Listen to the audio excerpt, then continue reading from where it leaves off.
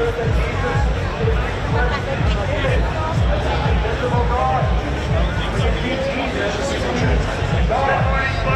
to Seattle and welcome to the World Cup. This is the main entrance into Jesus. All things were spoken. The shortest line is straight ahead. Continue all the way straight ahead, folks. All the way down. Go all the way to the end for the shortest line. All the way down, folks. The Son is in him. If you want to worship God, just love God for Jesus. All of the Buddhists, all of the Muslims, all of the Hindus. Good morning, folks. Welcome to Seattle and welcome to the World Cup. This is the main entrance into the stadium, gates 1 and 3. The shortest lines are straight ahead. All the way down, folks. All the way down to the shortest line, gates 1 and 3. The shortest lines are straight ahead.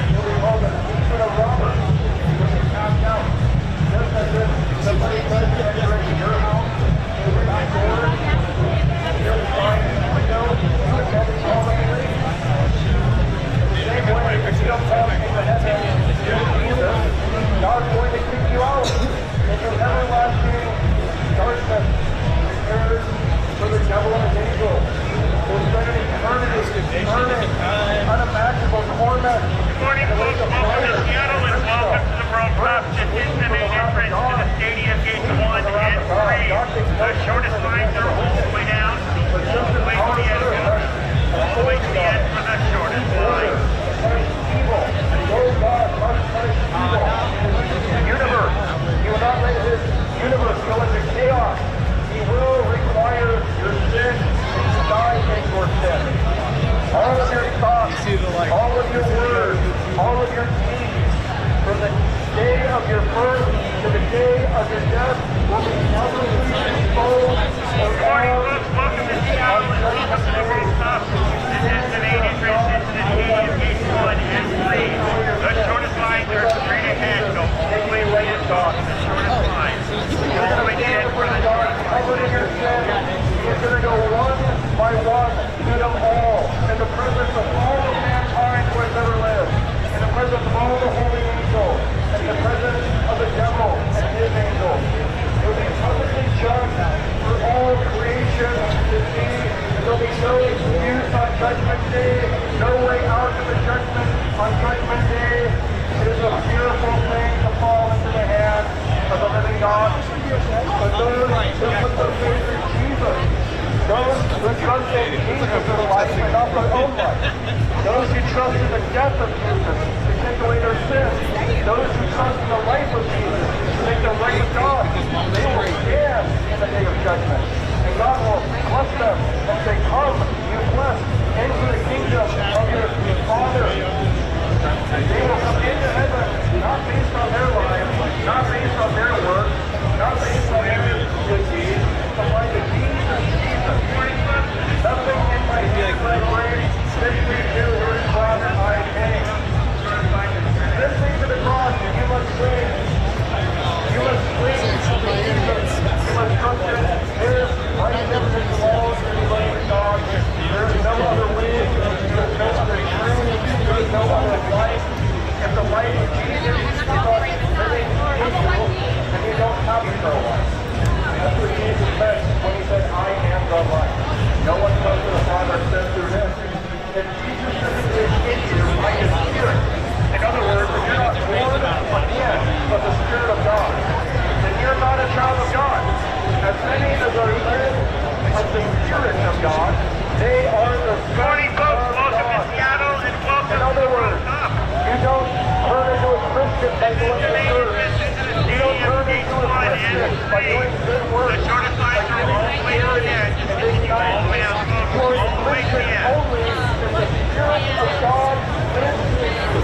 If you're born again of the Spirit, and the word and life of Jesus are going to apply to your soul.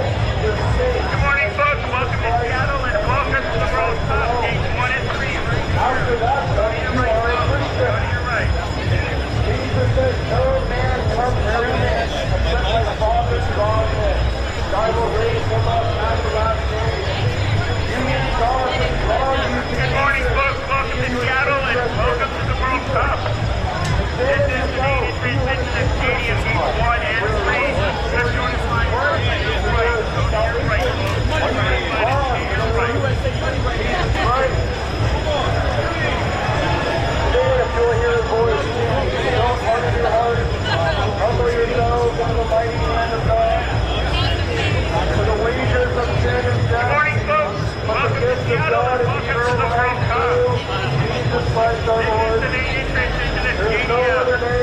the entrances will get you into the stadium. The start of signs is to your right, straight ahead. Start of signs is to your right. What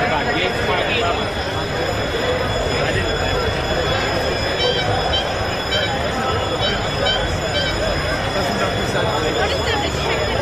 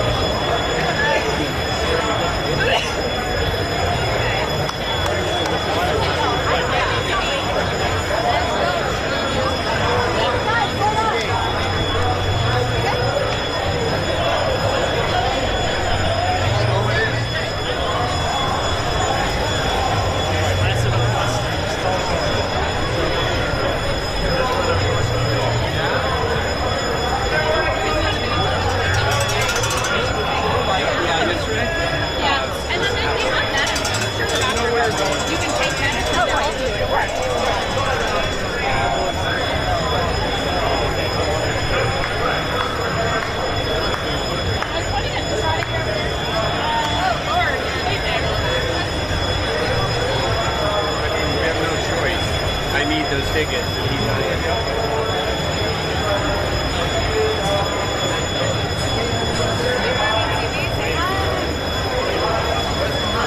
Is there ever going to be a... I mean, you guys, like, you guys... Is it...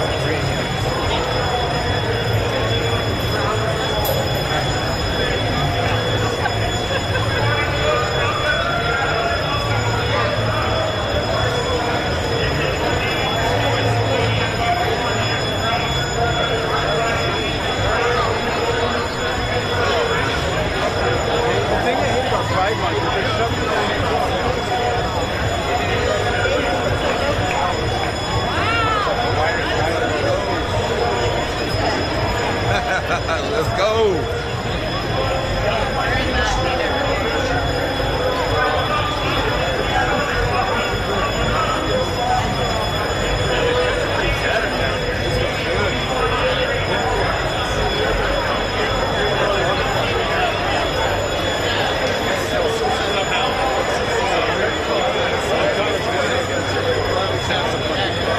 I mean, it doesn't really get that cold in Seattle. Like it's 40 or 50. I will say this.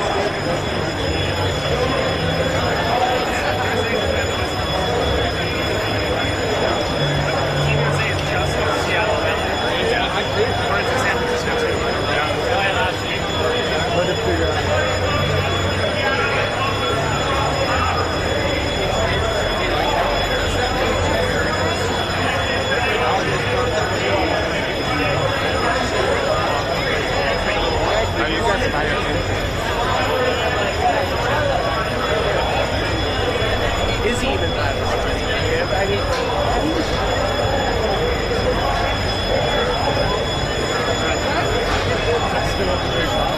no, we're like halfway.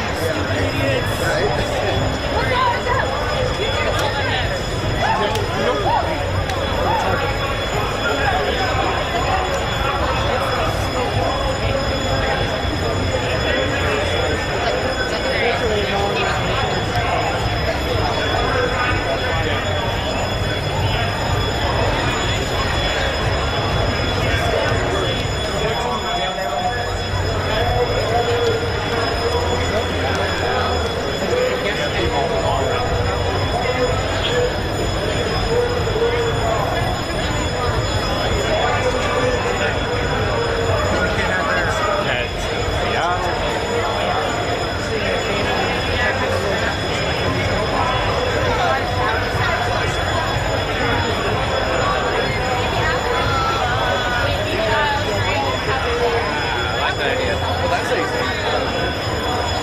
is unreal. We get out of here?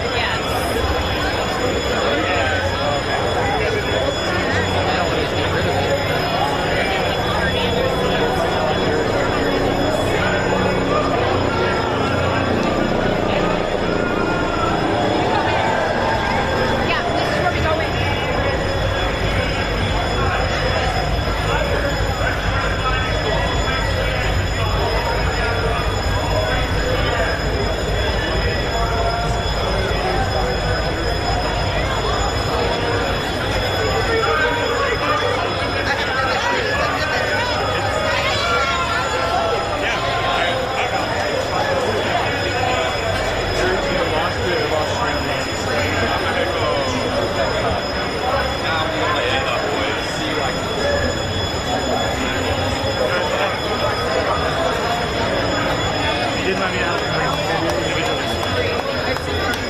Say, baby, let's go.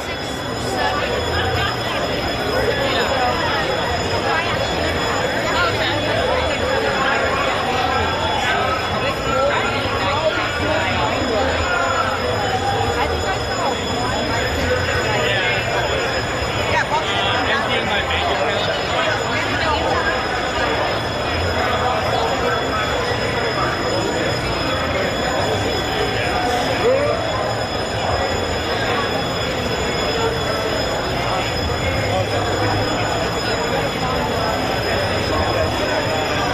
It's a damn broad.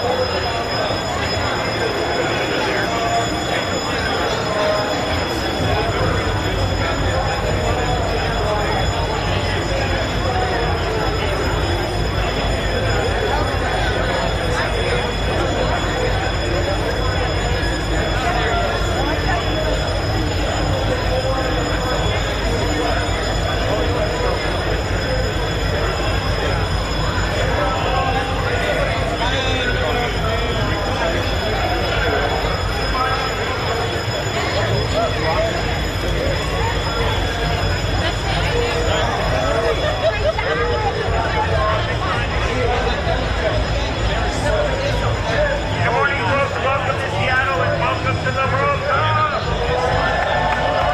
This is the Nation Transition Stadium, Gate 1. We're at the field. The starting line is to your right, right here to your right. The starting line is to your right.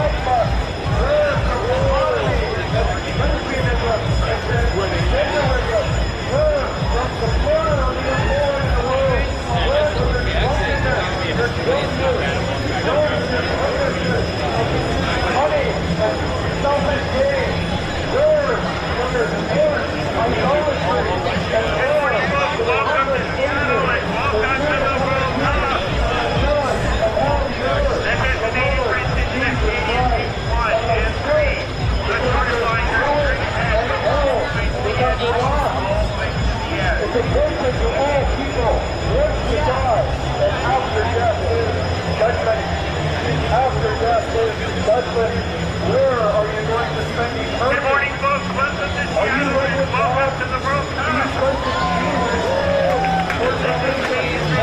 Stadium, Gate 1 and 3. The shortest line is straight ahead. Go all the way to the end. Go all the way to the end. Of the God-man Jesus. Jesus is God. He's able to save from utter all who come to him. Jesus is the true life. Many as come to him. You can be old, you can be young, you can be rich, you can be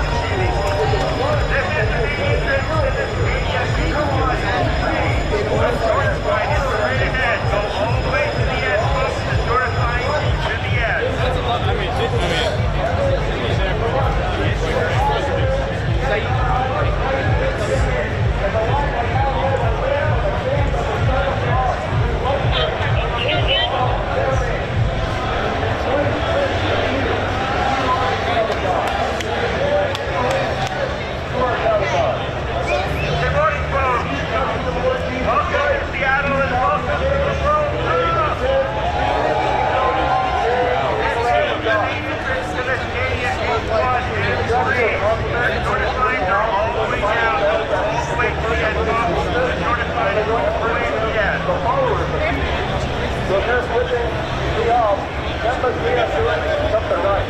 So praise the Lord, thank you, Lord. Hallelujah. That must be us too. Hallelujah. Praise the Lord. Yeah, I was thinking I would go in one of the places and get like an hour-long beer, but like, there's lines. Good morning, folks. Welcome to Seattle and welcome to the World Cup. This is the main entrance into the stadium, gate 1 and 3. The shortest lines are all the way at the end. Go all the way through the end, folks. Go all the way to the end.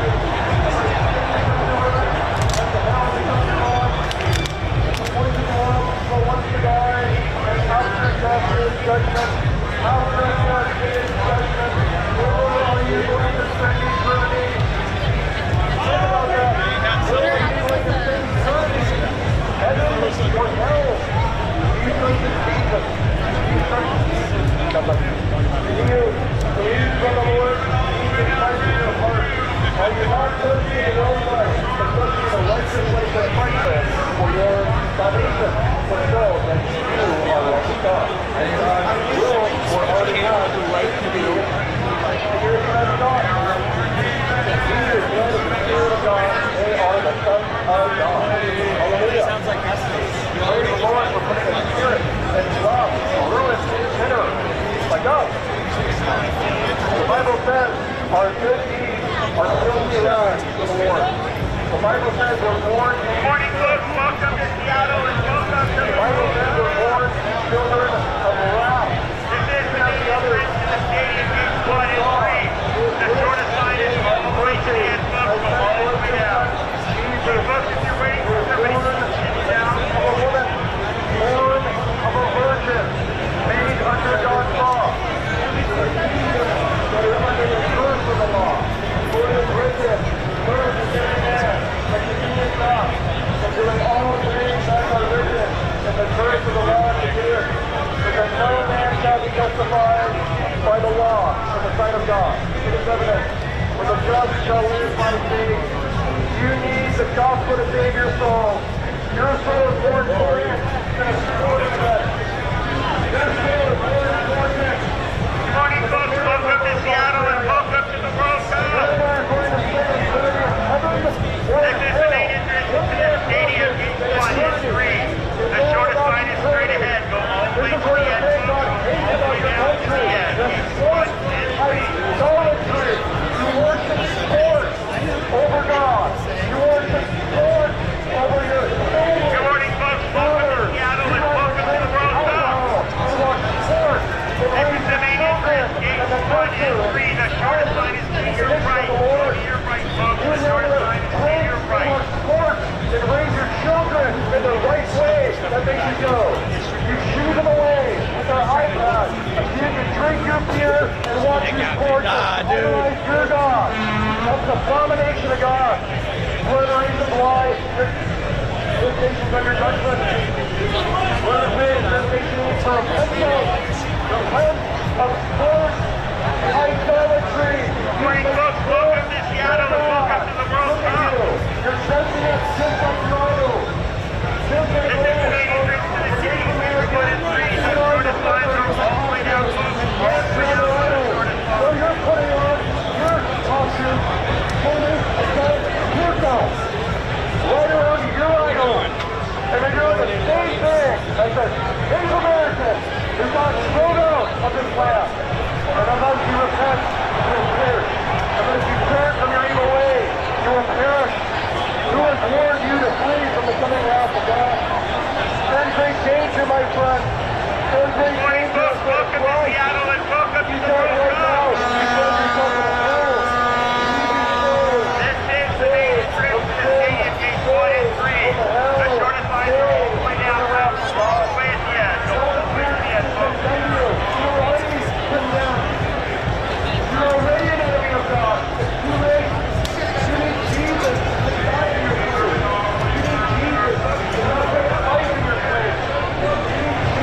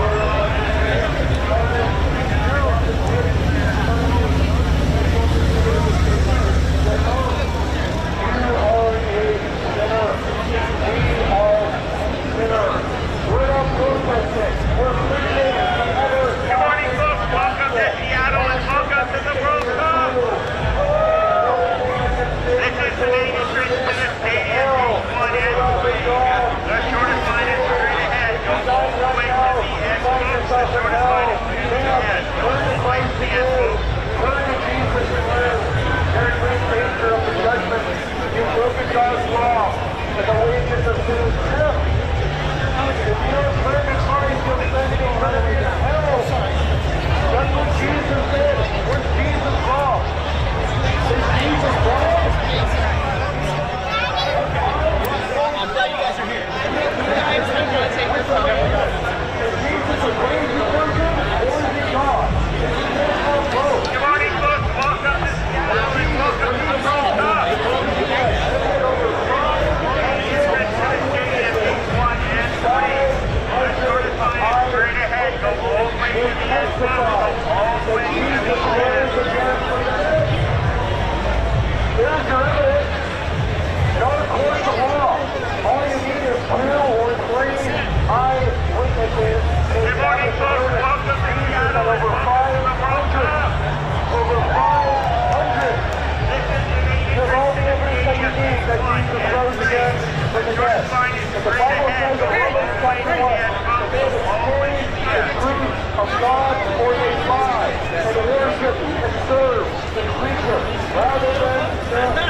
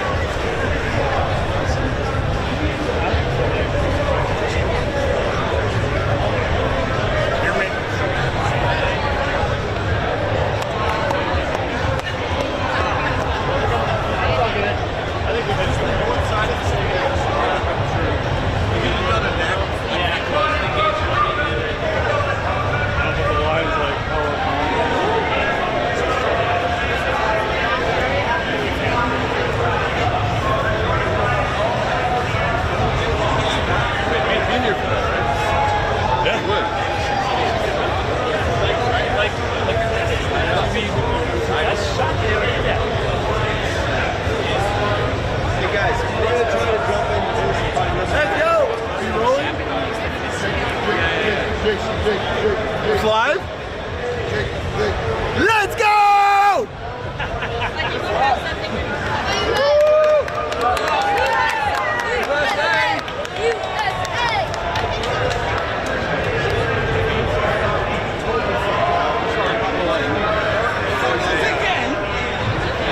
Tell me I can break on.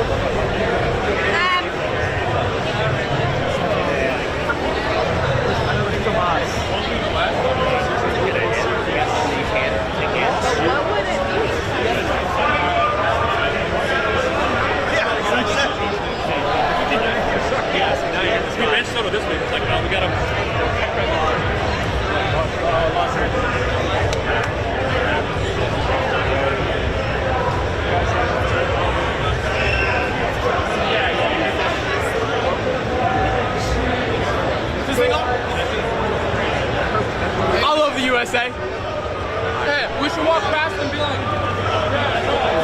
right. So we've met Richie a couple times.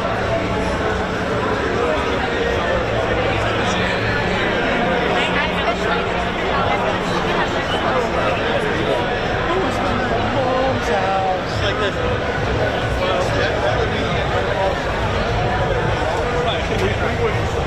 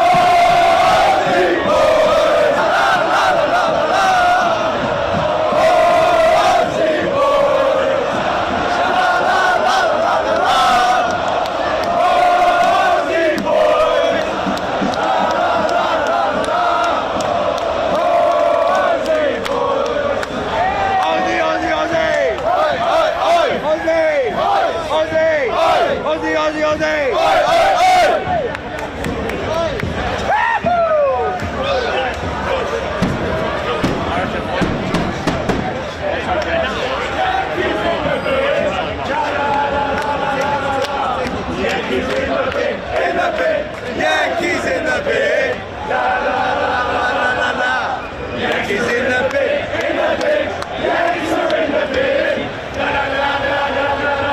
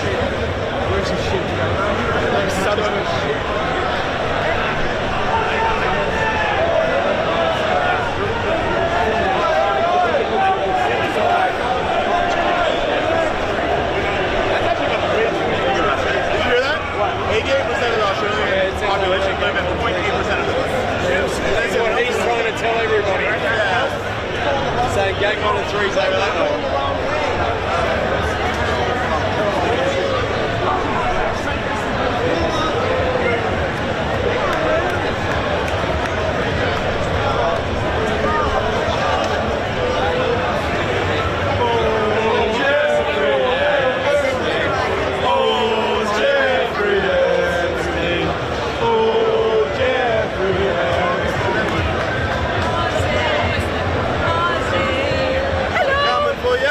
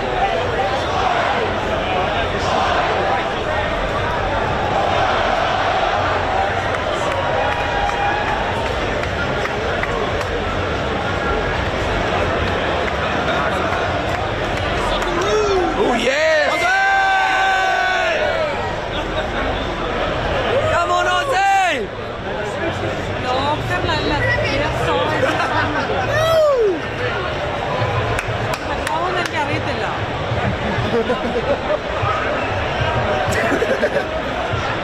get to go.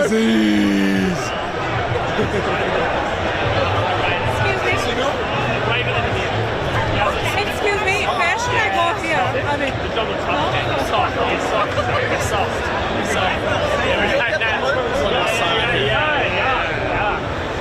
Mate, we're staying in a place that's upside down. I know.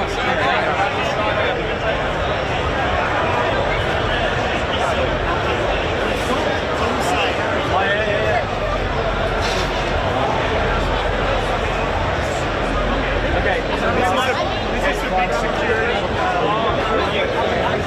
So you guys go that way.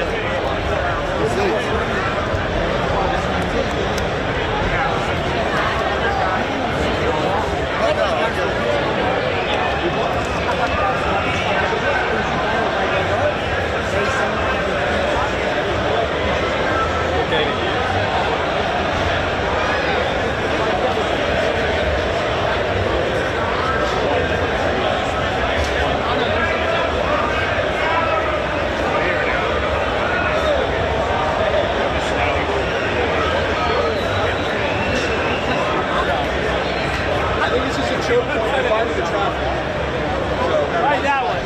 Or no, go that way.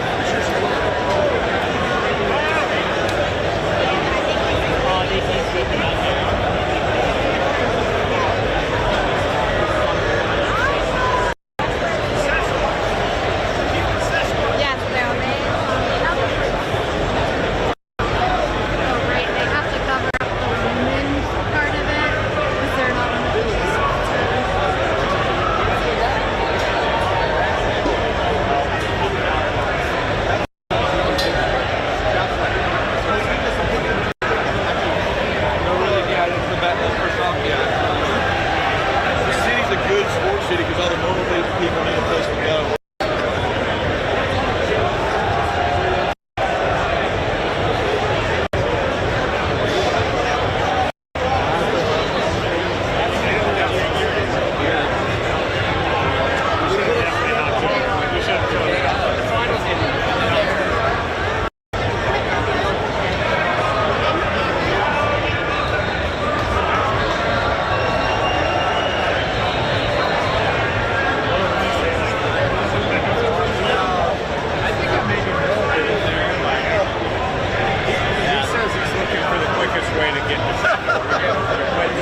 Missing the organization element.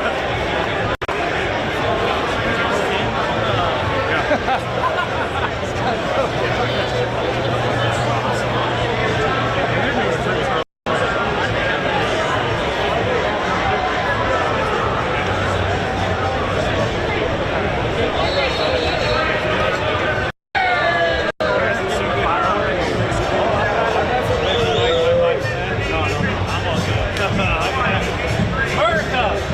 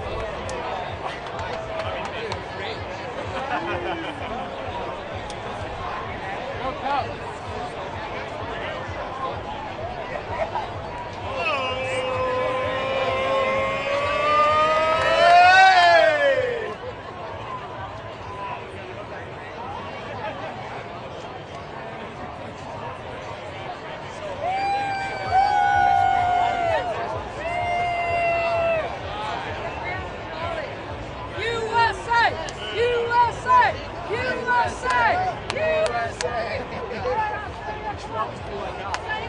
pulled yellow. He pulled yellow.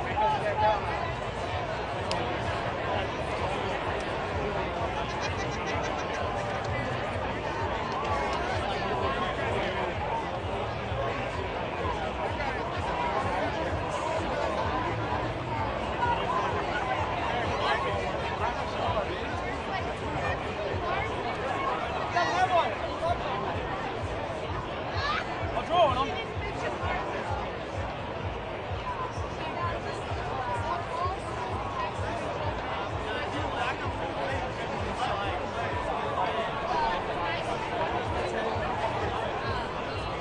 Snake's lower than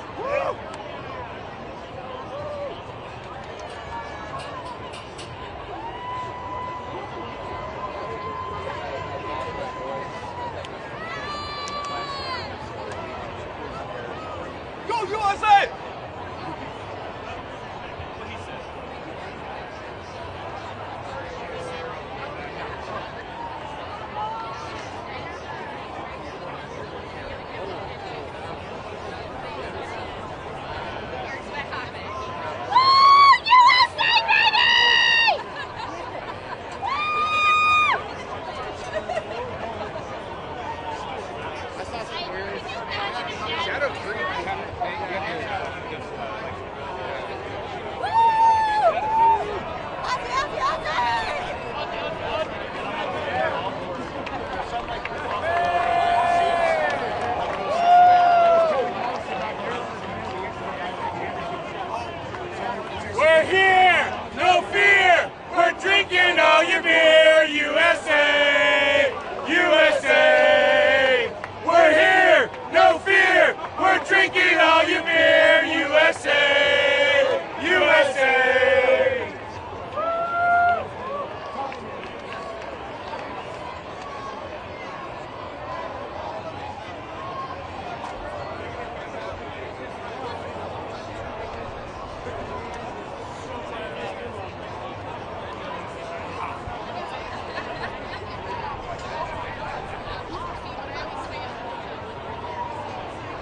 dare I say how Show me, baby! Show me, baby!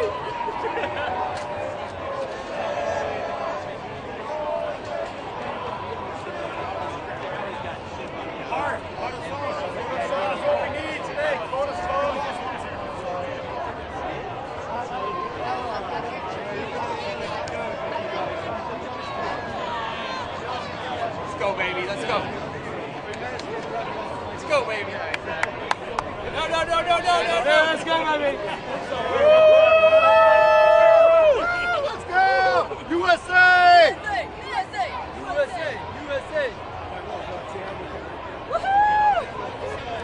Yeah, let's do it, baby!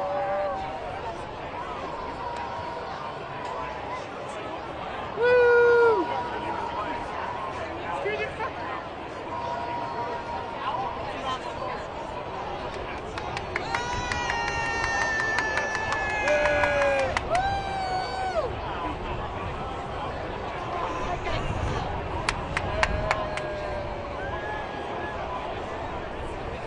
On Australia!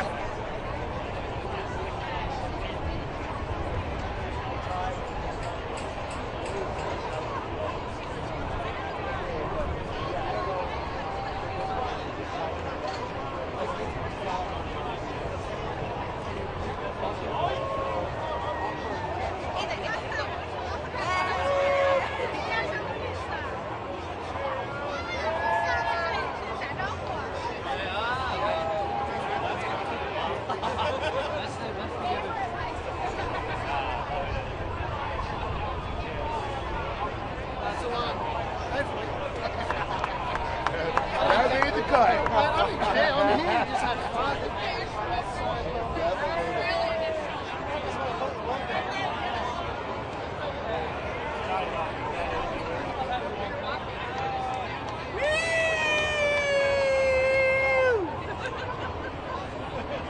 Go States! Woo!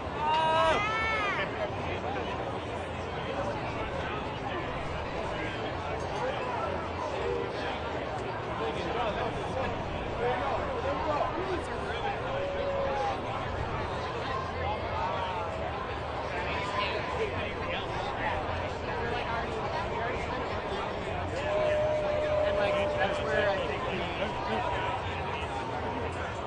the chillness comes with the younger kids, right?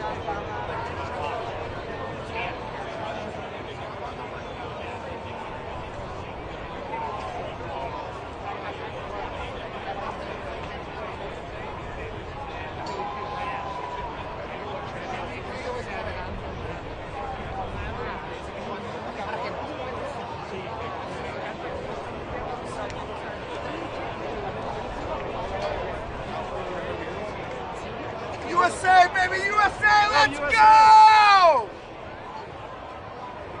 USA, baby, USA! Let's go, let's go, let's go!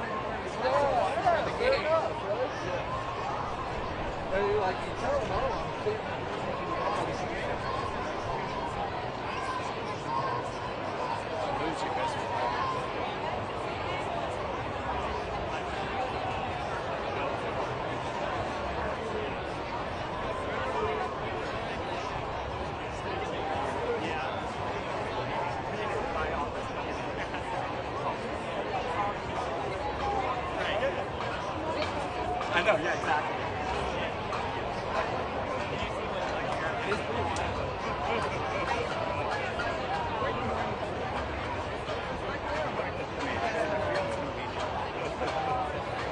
Go USA!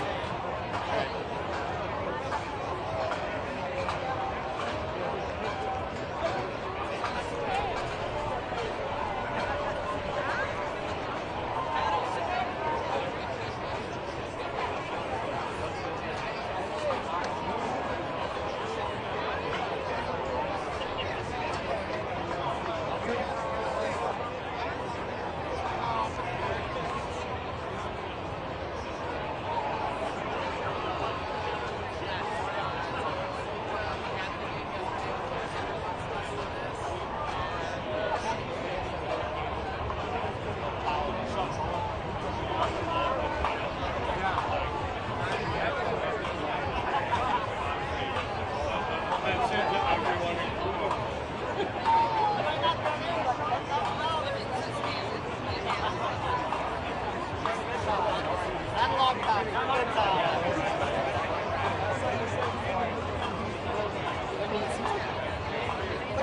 cheap material. No, it's not. It's freaking tape. No, but it's not cheap material.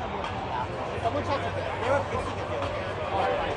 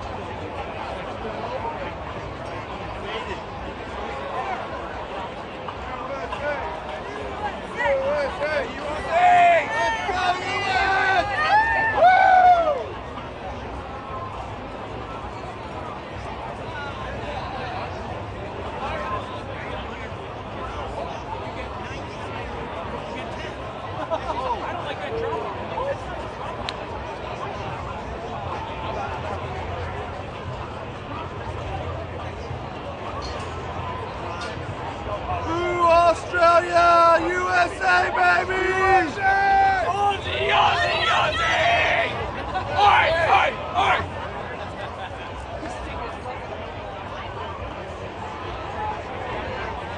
Go on, Australia!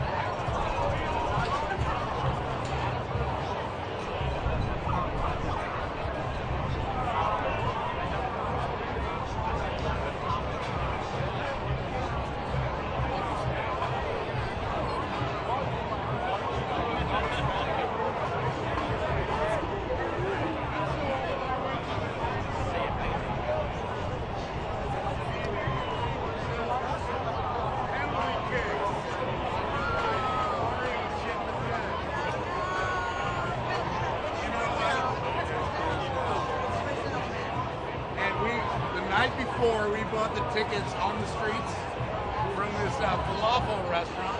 You guys like tickets?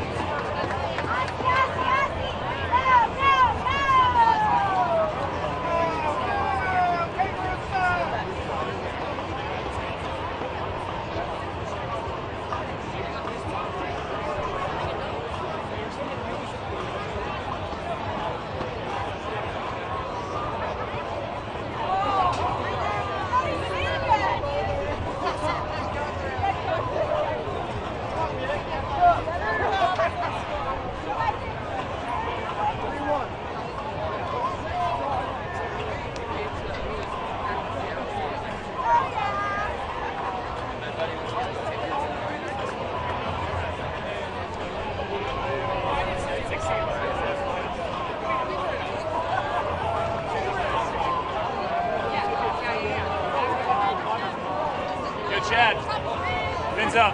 Let's go, baby.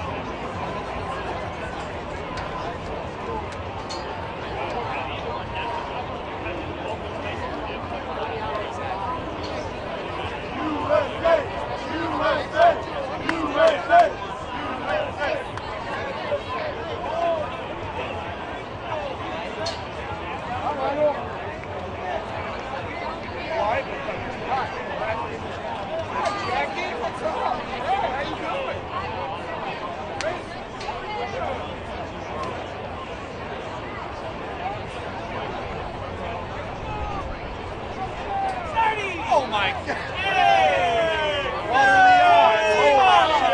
Let's go! That was fun, wasn't it? Perfect timing.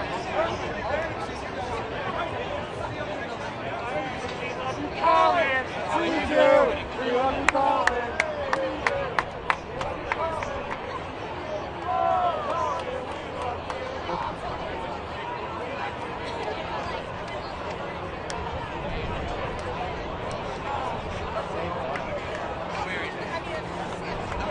Let's go!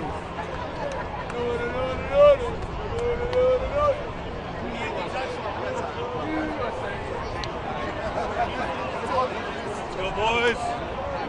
Total. You made 1,000. 2,000? You said 4?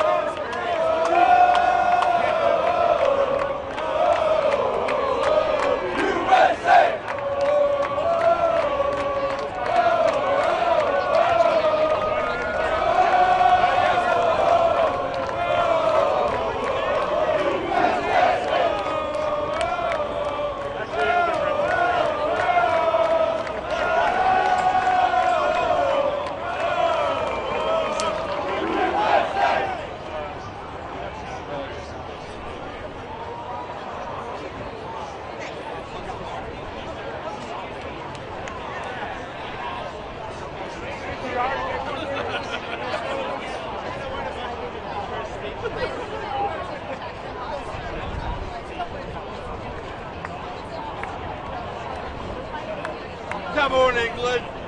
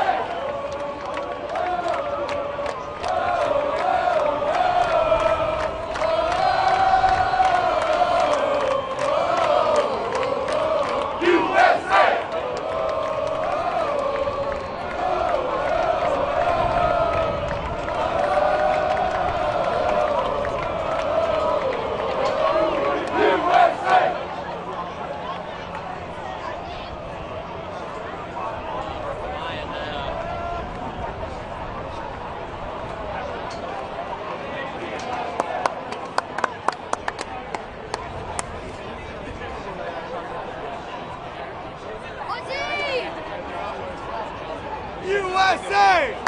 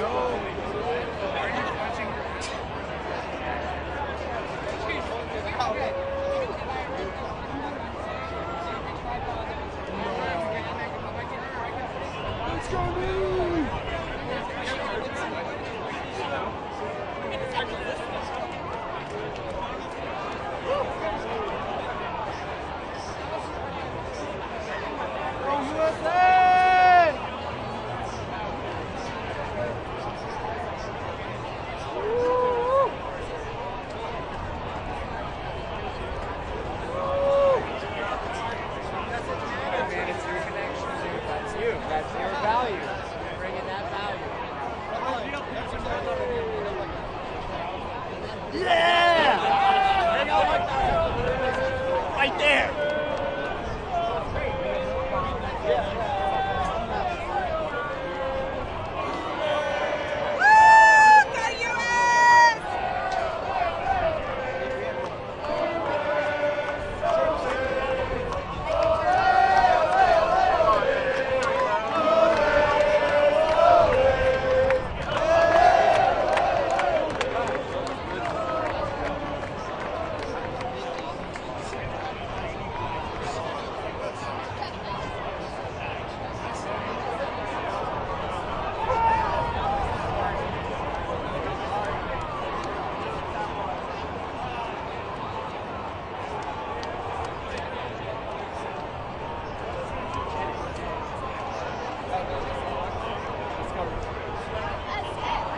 Yes, but it's not loading.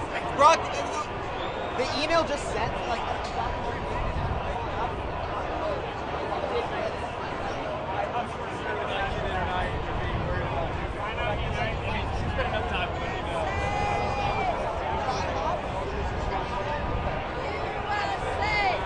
USA! USA! USA! USA!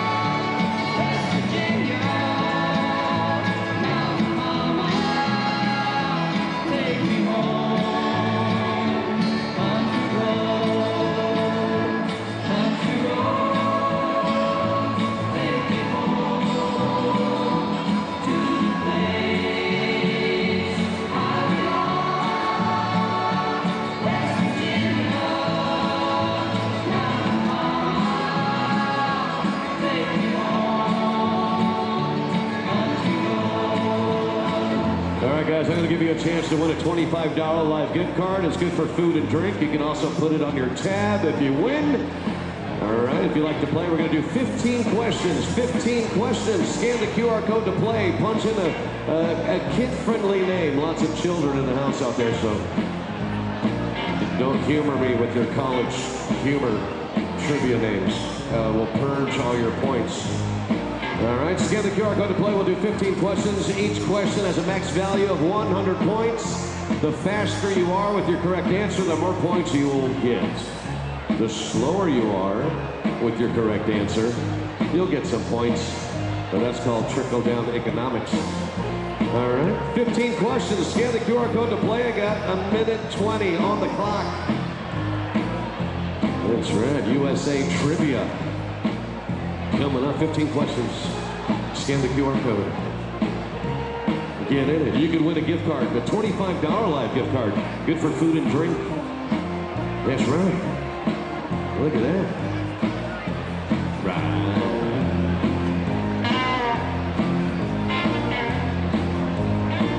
Hey, Mr. Ball's here. Got a soccer ball today. The wrecking ball's in the house out there. Look at that. I see it.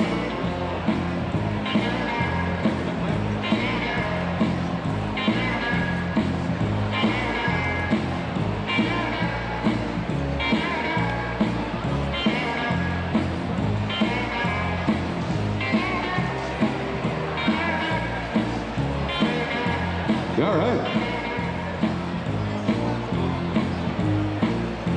I just got me a new soccer ball. Look at that. Yeah, come take a picture with me, man. All right, well, we got 5 seconds left on that. Getting ready for question number 1 on trivia. I'm gonna get back, all right? See you, man. All right, question 1 of 15. Here we go, USA Trivia up on the board. You can win a gift card, 25 bucks. $25. Put that on your table.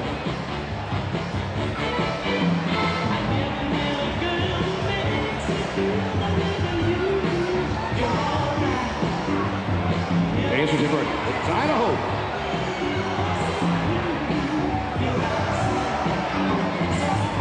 Jesse answered that the fastest. Paxton, you tied him. And then Michael right there.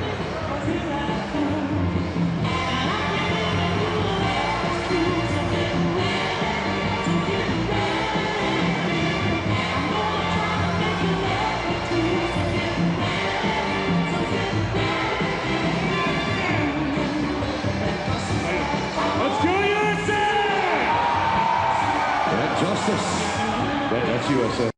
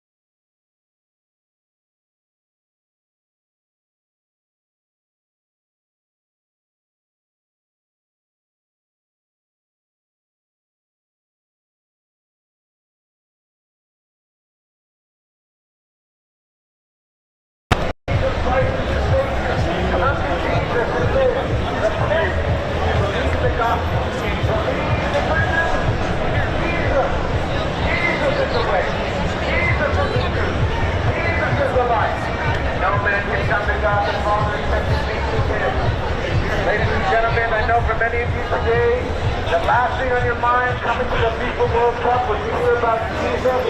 But God in His mercy, God in His grace had you come here today, not by accident, not by coincidence, but He gave you a divine appointment today to hear about Jesus. Ladies and gentlemen, what will you do with this gospel? What are you going to do with your sin? What are you going to do with the day of judgment? The Bible says it is appointed for man once to die, then comes the judgment. But we must all stand before the judgment seat of Christ and give an account for everything that we've done in the body, whether that be good or evil. That whosoever is not found written in the book of life, that they will be cast into the lake of fire, which is an evening wailing and gnashing of teeth. For the one never dies, and the fire is unquenchable. The good news for you, ladies and gentlemen, that Jesus is the Savior of sinners. But you will humble yourselves before God. Cry out to Him for mercy, and He will save you from your sin, save you from yourself. Believe on the Lord Jesus Christ today, and shall be saved. For there is one God, and one Creator, God in heaven.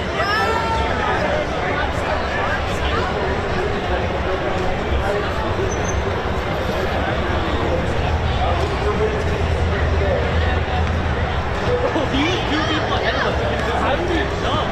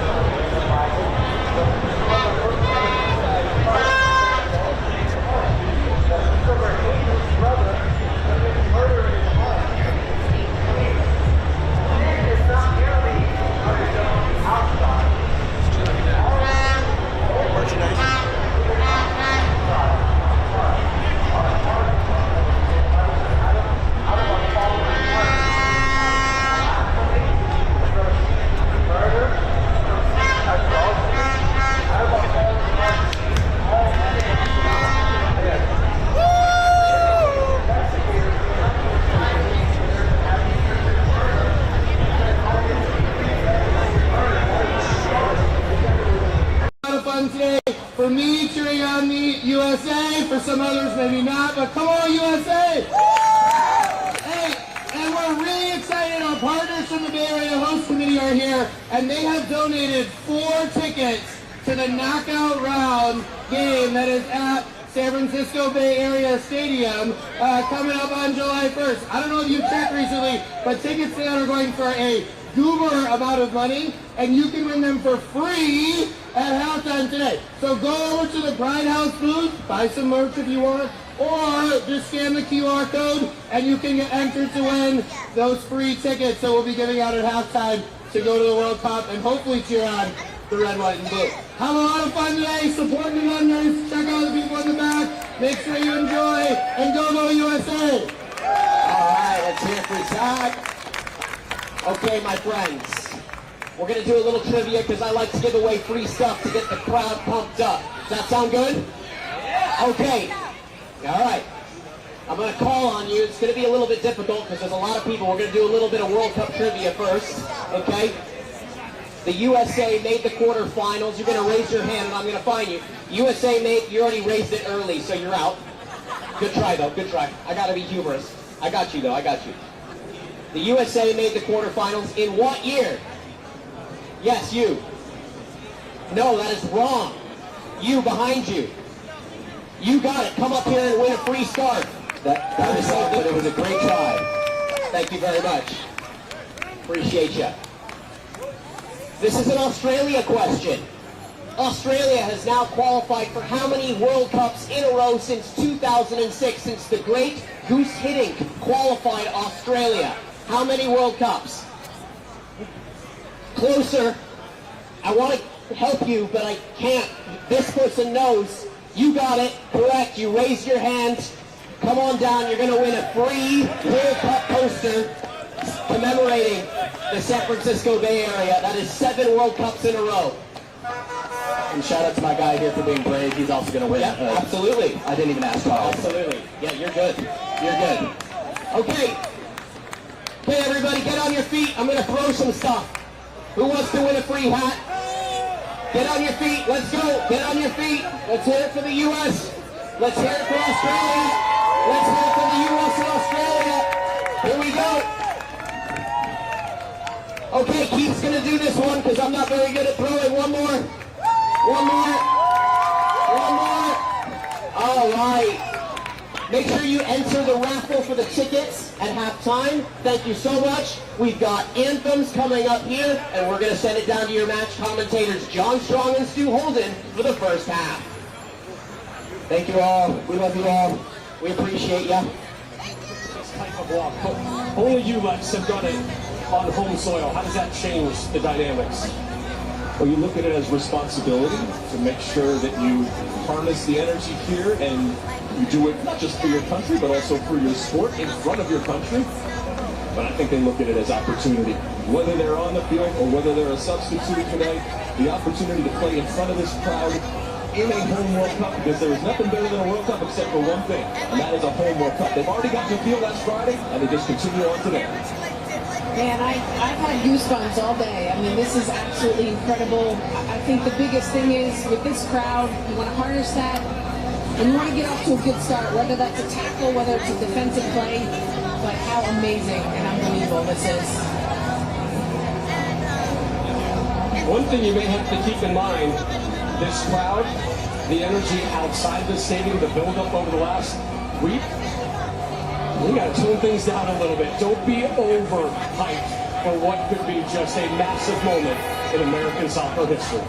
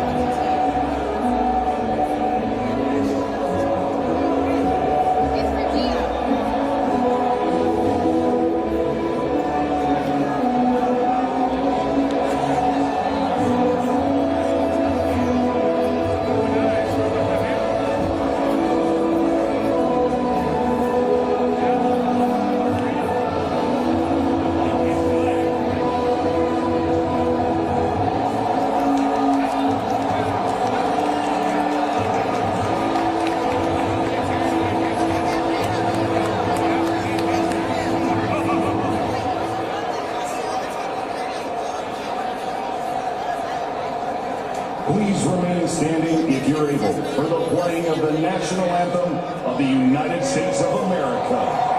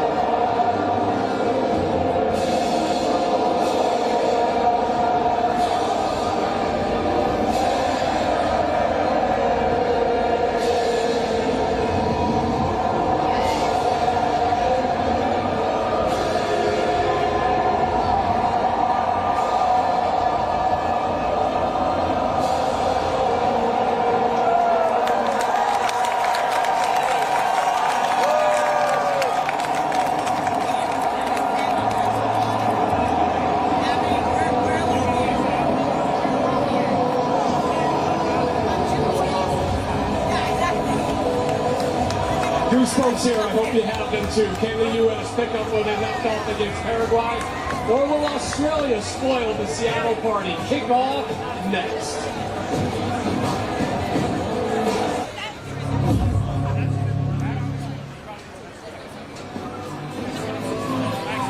What would you like the power to do?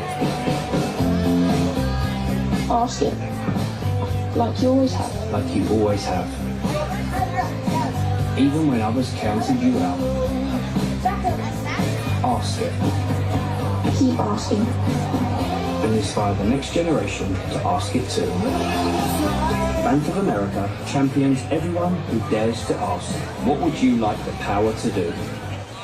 Wow, there's a lot of infection in there, Timmy. You're doing really well. Are you feeling anything? Coffee. I don't understand, but this is going very well. Coffee. Coffee? Coffee. Coffee. Coffee? Coffee? What's coffee?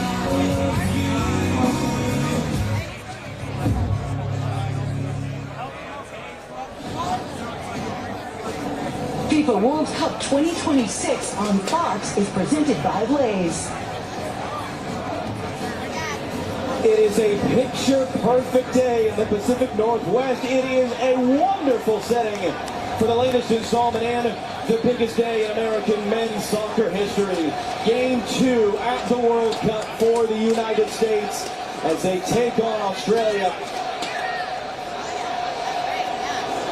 And that is not your television. It is that loud here in Seattle. It's an all-German officiated crew, a very experienced VAR, an on-field crew that is in charge of a match for the first time in their careers here at the FIFA World Cup. And here comes the U.S. lineup without the injured Christian Pulisic. A lot of talk coming in. Would he play, would he not? The answer is no, he will not. But Matt Freese continues in the goal, making his 17th appearance. The back line remains unchanged. Tim Ream and Chris Richards. Chris Richards did not misplace a pass in that last match. I think he's going to get more pressure. This is a back line that's conceded 11 out of their last 12 matches. Can they get a clean sheet today? Tyler Adams, you see he's on a yellow card in the middle. If he was picked up another, he would miss the next game. Weston McKinney, but the big news, Ricardo Pepi has not scored in a year and a half in the United States. Missed a lot of that with injury. Can he score today? Up against Patrick Beach. He was a surprise starter in game 1 for Australia, 22 years old. He's just making his 4th appearance for Australia. And surprisingly, 2 of their goal scorers from their first match against Turkey do not start in this one. Aaron Kunda was on the bench. Expect to see him in the second half. And Toure up front. He is a threat in transition. They have a lot of height. They play defensively. Let's see if the United States can compete and find a way to break down that back line. What a special night that was Friday in Los Angeles. And now the road show's moved up the Pacific coastline to a city that is immensely proud of its soccer history. A city that has quite literally changed how professional soccer looks and sounds in this country. And now the question is, can the fans here in Seattle do for the United States what they have done so many times since 1974 for their Sounders? Roar them on to a win, and a win that would push the United States into the next round of this FIFA World Cup against an opponent like last week that is very motivated to try to spoil the party. Beautiful day here in Seattle. Everything we would have possibly hoped for the atmosphere. What about the game? It's underway. The United States in the red and white stripes. It's the Socceroos of Australia in yellow. It was not just special last week in LA, it was historic. 4 goals in the win against Paraguay. More goals than the U.S. has ever scored in a World Cup game. More goals than the U.S. scored in the entire last World Cup. And now a chance to do something that they've never done before. Clinch a spot in the next round with a game still to go. But Mauricio Pochettino was well aware of the fact that Australia is in exactly the same boat. They beat Turkey up the road in Vancouver, BC on Saturday night. 2-0 was the score. An errant pass. Motore trying to run away from Chris Richards. Fires in, and Matt Freese, who didn't make a single save last week against Paraguay, makes his first save of his World Cup career. Well, just Freeman misplaying the pass back to Chris Richards. Here comes the transition. Talk about Toure with his speed. This is what he wants. Situations like this to go 1v1, but the angle is very wide and ends up being comfortable for Freese at his near post. And Australia can clinch a spot in the next round with a win in this game as well. They are brimming with confidence. They are building momentum, and the Australians are spoiling for a fight here today.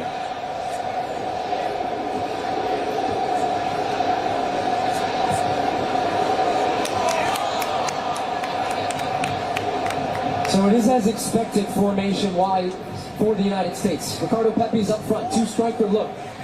That person there making the run was Anthony Robinson, trying to get onto that direct ball. Good pressure here from the U.S. high up early. This is going to be a bit of a scrap, I think, the early stages of this game. Australia, we talked about how defensively they had 29% possession in their first match against Turkey. Lowest ever for them in a World Cup match, yet they won 2-0. That shows you they don't need the ball. They're quite comfortable without the ball.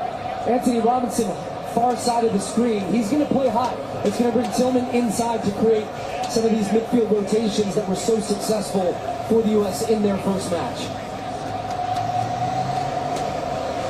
Austin McKinney trying to angle it in there. Looking for Flo Balogun. It was Cameron Burgess who sends it out. And they just miscontrolled on the outside by Nishan Valupale. Tony Popovich was playing for Australia at the World Cup 20 years ago. He kind of rescued their qualifying campaign. And one of the things he talked about yesterday at the press conference, very similar to an American soccer standpoint. He said, we're trying to put Australia's soccer on the world map. It was great that we won, but now we've got to back it up and do it again.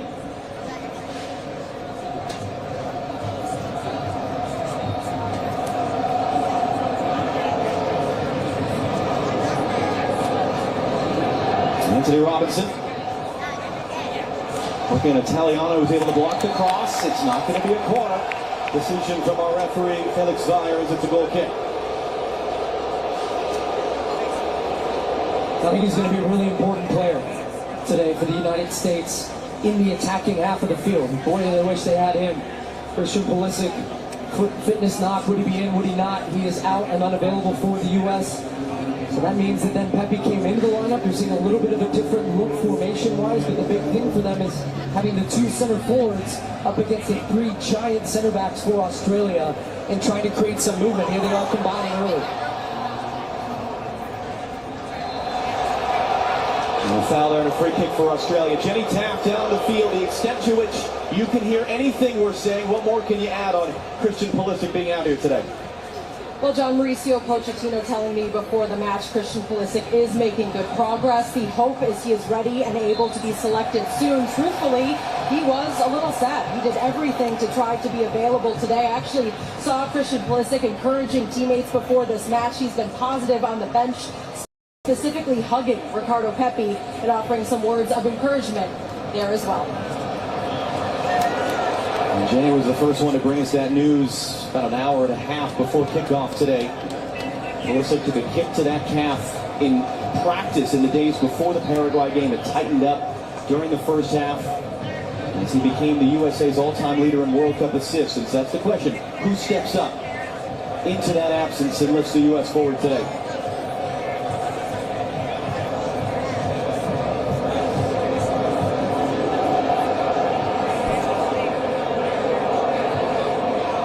And then we see Weston McKennie popping up on the outside.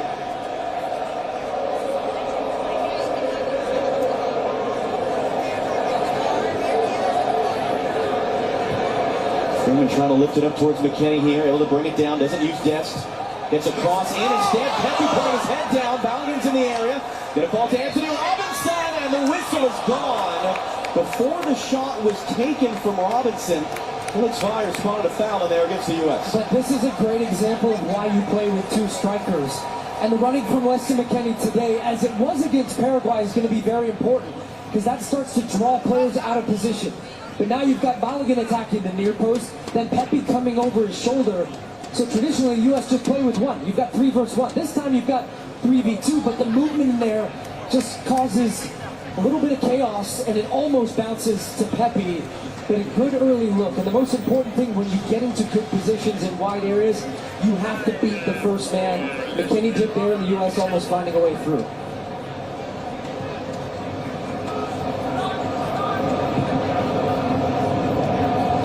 Freeze under some pressure here. Chris Richards under some pressure. It's another turnover at the back for the U.S. in possession. Great work by Chris Richards there, taken away from Balubale.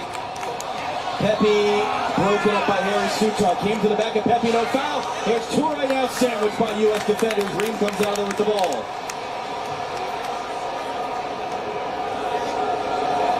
And then Tillman knocks it out for an Australia throw, and the U.S. starting a little frustrated right now. Yeah, the turnovers will be your worst enemy in a game like this, where Australia, look, we talk about them sitting back deep, but when they feel there's a chance to press, and you're facing your own goal, they're going to squeeze the game up, and they force the U.S. into 2 careless turnovers that have almost proved opportunities for them to find a way and attack the U.S. goal. So that is something in the middle of the field to be very aware of as Pepe's chasing down Sutar here.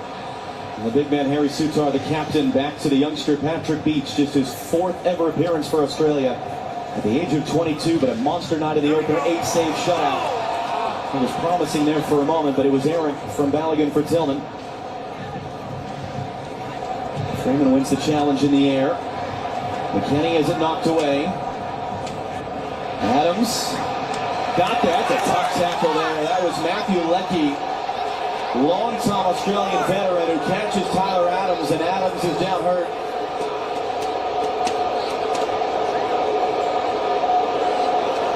And Leckie was not a starter in the first game, 35 years old. They want to bring his experience into the game. To me, that's a yellow card. Not giving that yellow early. The ball's very clearly gone. He's late catching the left leg of Tyler Adams there. And he's getting a strong talking to, but no card issued on the play.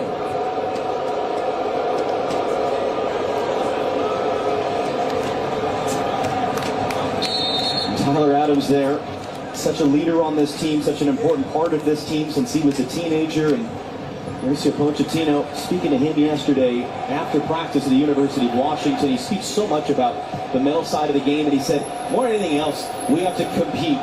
We win or we don't win. Okay, we have to compete against Australia.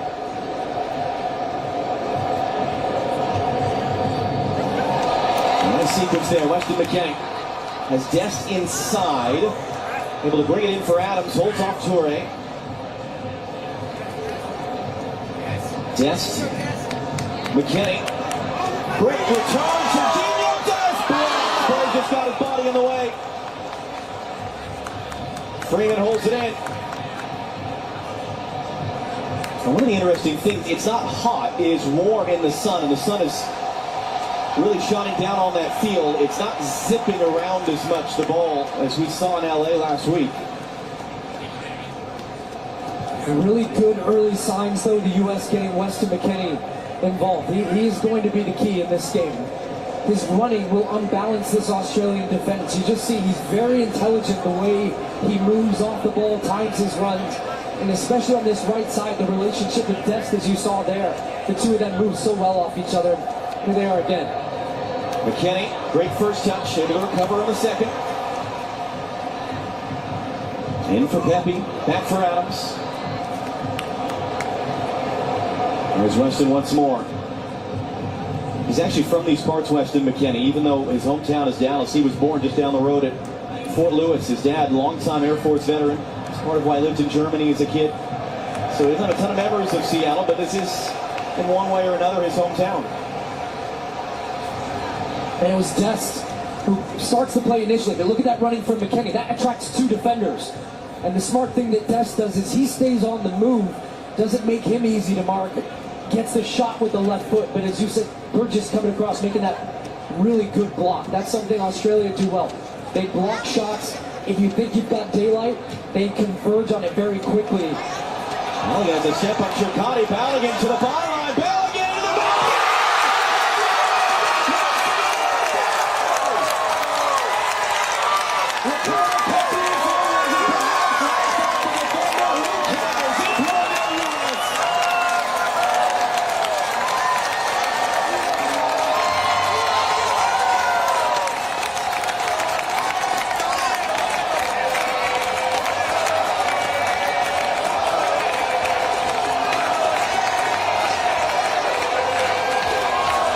Mauricio Pochettino changes the formation, plays with two strikers for exactly this reason right here.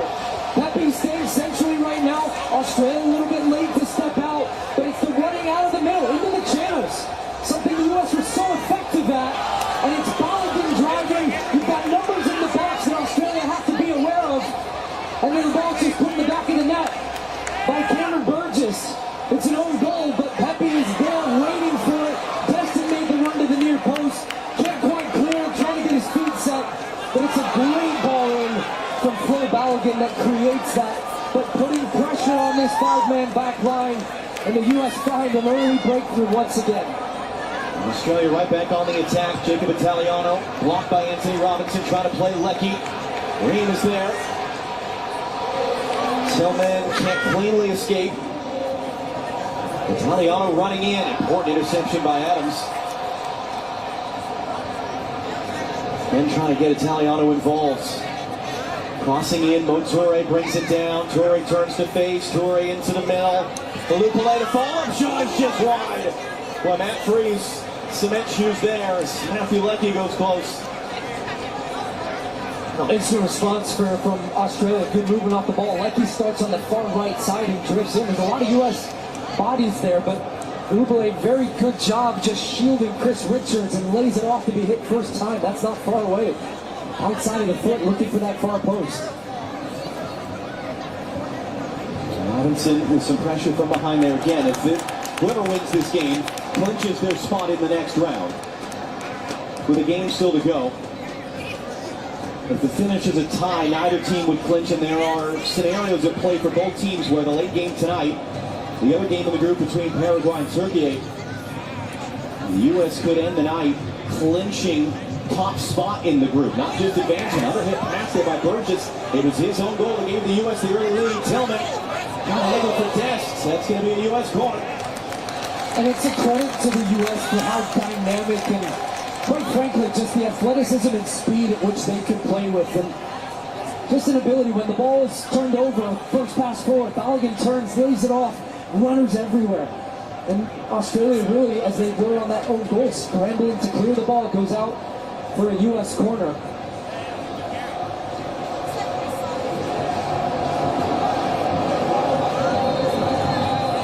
Felix Viers going to manage the jockeying for position. But they stack their big bodies, Australia, at that near post. So more than likely the U.S. here will try to hit the back post and try to free guys up. That's what the conversation is right now about jostling, shirt pulling, tugging. Referee's got an eye on it, but the U.S. are trying to free Chris Richards up. That's the guy you want to find for Malik Tillman here.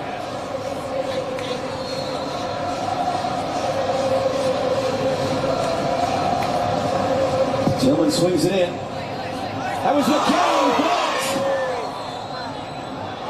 And it was a handball against the United States. But that's what they did. Beat that first man, get over the 6'6" Harry Sutar. And it's Weston McKennie, whose last goal for the U.S. was off a set piece against Belgium. He gets a great look at it there. Well, see, it was blocked by, it was Boss, comes right off his chest, and then the right hand of McKenny hits it on the way back out. Great block by Boss, because that was going in that far corner.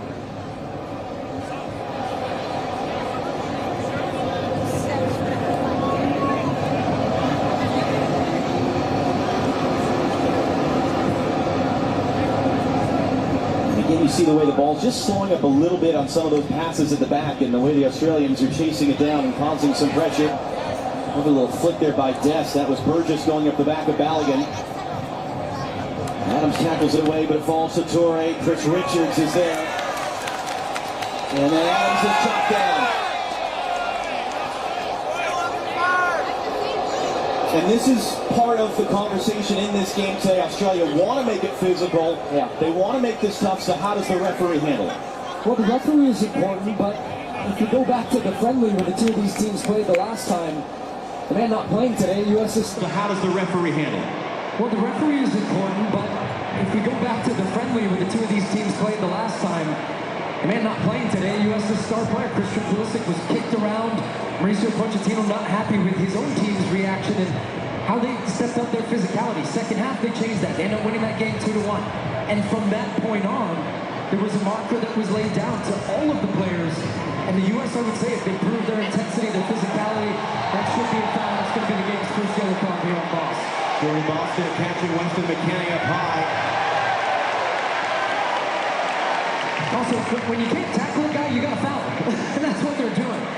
McKennie just contact to the face from Boss there. That's what the yellow card is. But he's just been excellent again. For the almost identical starts to the game against Paraguay. Own goal for the opposition.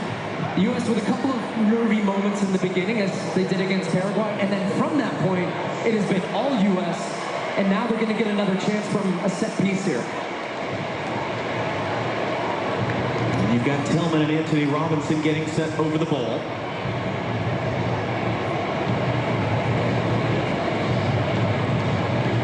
The U.S. is going to push just about everyone up for this. I'm interested who's going to take it because you have two options. The left foot of Robinson, which would bend on top of Beach, or Tillman, who had a good one. But I would put pressure on this young goalkeeper straight away here. Robinson runs away. Tillman sends it in. It's McKennie with a flick. Draws a few oohs from the crowd. But he's a guy that he's coming off a career year, Weston McKennie. Such an important piece of, as you see, Robert Kennedy Jr. in the stands here today, here in Seattle.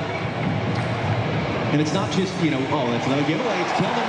It's Australia trying to play out of the back. Tillman into the middle, too far for Balogun. But for McKennie, it's not just the stats, it's the fact that he's played in different positions for his club in Italy, Juventus. He's indispensable to them all over the field. He goes wherever he wants. He makes the game wherever he wants. And that was, I think, a big part of why you immediately, when we knew Pulisic wasn't going to play, said, Weston's got to be the guy today.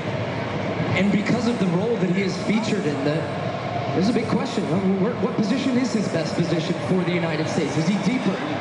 After seeing the season he had in Italy, where he was providing goals and assists, and that's part of that intelligence. And Mauricio Pochettino has found the right role for him.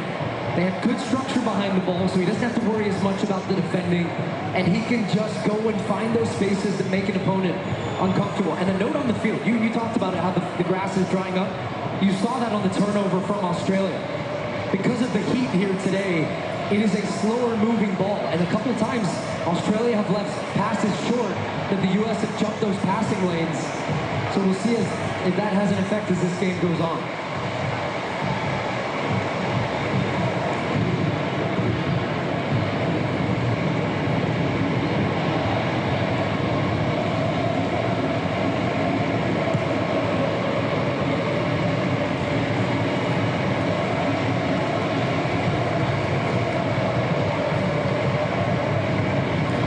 Under some immediate pressure there.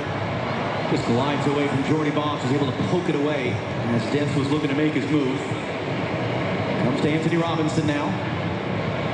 He's looking in for Pepe there. It was Aiden O'Neill of New York City FC and MLS, teammate of U.S. goalkeeper Matt Freese, who intercepted that pass. Freeman for Weston McKennie. Boss defending on a yellow card.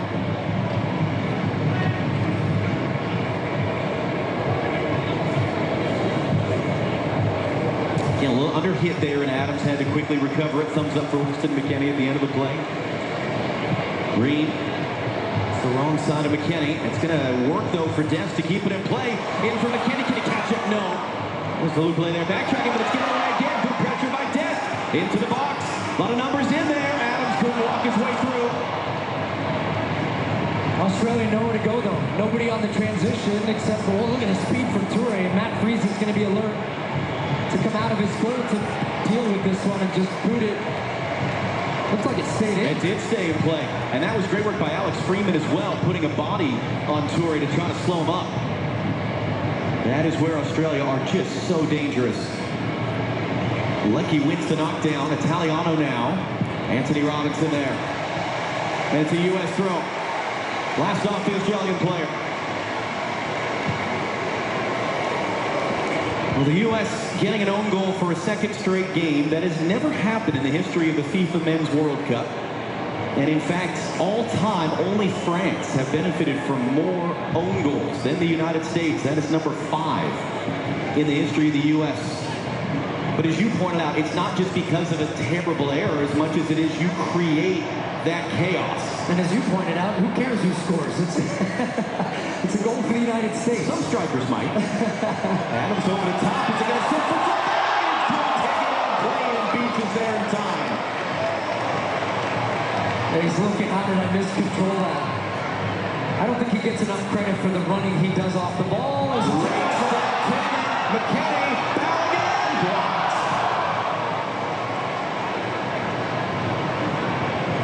And then Leckie, that was good work to kind of look Anthony Robinson off and allow Italiano to get on the run.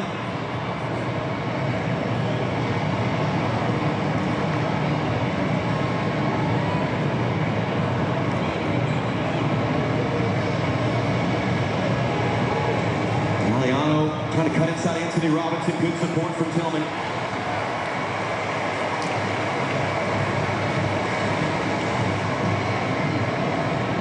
And you bring in Flo Balogun. He scored twice in the game against Paraguay. Described it as a dreamy night. First time since 1930 the U.S. got multiple goals out of a player in a World Cup game. A guy that could have played for Nigeria, where his parents are from, was playing for England at youth level where he grew up. He chose to play for the United States where he was born. Told us yesterday the American people are passionate, they're upbeat. I love that about them. And he said you felt that in the atmosphere in LA. You're feeling that today as well as Toure lays it off for Leckie, who's going to keep it in play, Reed defending. Leckie crossing in! Is that Freeman's deliberately had a jump on him and just watch Freeman at the end of this accelerate to get away. Good long build-up from Australia. They get a look that they would want. They're 3 against 3 right now. The U.S. want to always be +1 in the defense, making sure they have a man that can cover. Look at that. And speaking about own goals in situations where you're under pressure, maybe the ball can go anywhere. Great concentration, committed early, gets his foot across, but it's going to be a corner. They have some big targets. Sutar, 6'6". The other 2 center backs, Burgess and Chikani, 6'3" and 6'4". So this is an area for the U.S. right now. As you can see, the height advantage right there for Sutar. Paul Ocon Eggs was a take. First corner of the game for Australia.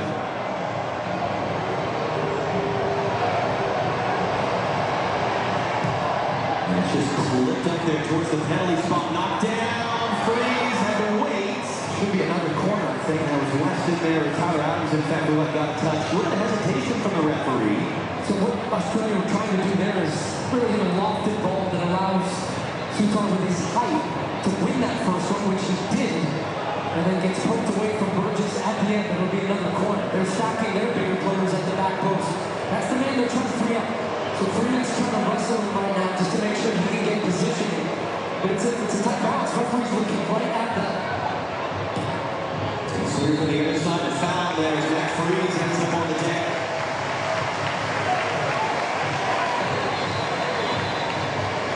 And that will take us to our match break, sponsored by Lenovo. Halfway through the first half of play on just a glorious, sunny, and more importantly, loud day in Seattle. It's the United States up 1-0 on Australia.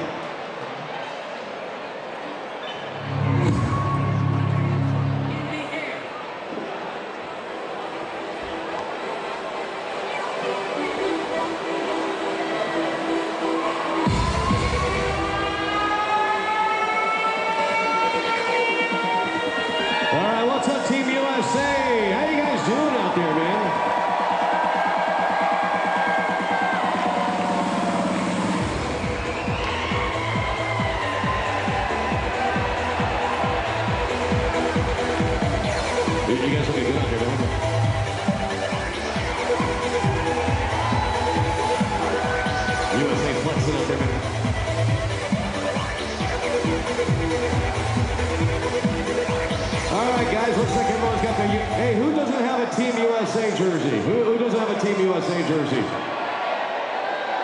All right, you want a Team USA jersey? I got this one right here. Right here. Who wants this one? I got this one right here. That one's pretty sweet. All right, you want that one? Get your phone out. Scan this QR code up on the screen. All right, we're going to put that up there. 5 minutes on the clock. 5 minutes on the clock. Scan the QR code. Get your name in the bowl. I'm going to call one of your names. Scan that QR code right now. Come on. I'll give you the shirt. Yeah, if you scan the QR code. All right. Scan the QR code.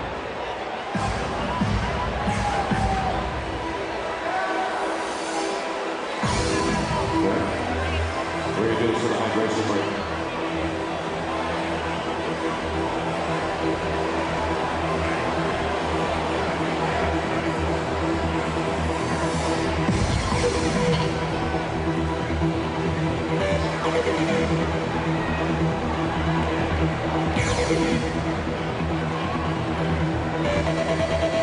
All right, 2 minutes left on the clock. We'll do 2 minutes.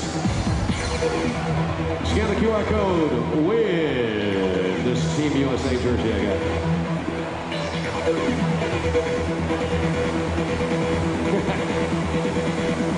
He wants a jersey.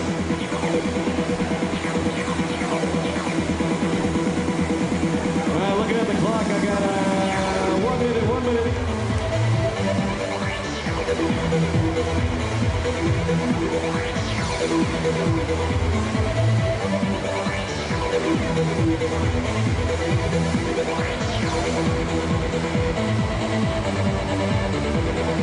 All right, here's what we're going to do. All right, time is up. If your name is Kimberly Pham, come get your jersey. Kimberly Pham, come get your USA jersey, girl. That you want to try to avoid, but it is good. When the field is watered and you have an opportunity like that, where now the game will be Bring me your ID, your passport, your UTA student ID card. U.S. Costco executive card. With the win, clinching a spot in the next round with a game still to go. Thursday night down in L.A. against Turkey, and as you saw, 2 of the 3 possible results. Library card, Hunter's permit. Turkey play Paraguay tonight would mean the U.S. actually clinch the top spot in the group. And that's the most favorable path for them into the knockout round. Anthony Robinson, long run forward. Robinson's cross sails away from him. Although that was going out, or was it already out? It was already out before Boss touched it there. Something I've been very impressed with, and this was the hope in playing 2 strikers, is that one will stay centrally, the other one is going to run. And that's flip-flopping between Pepe and Balogun. But in that sequence there, Pepe had made a great 30-yard run in behind. He didn't get the ball, but it doesn't matter because it dragged the center back with him. And it opened that space then for Robinson to make that run. The service was there, didn't come off, but great signs for the U.S. The center backs, they don't want to make those runs. But when you force them to, and they have to, it wears them down. And maybe it doesn't happen in that moment, but then the next one, you open up space for your teammate.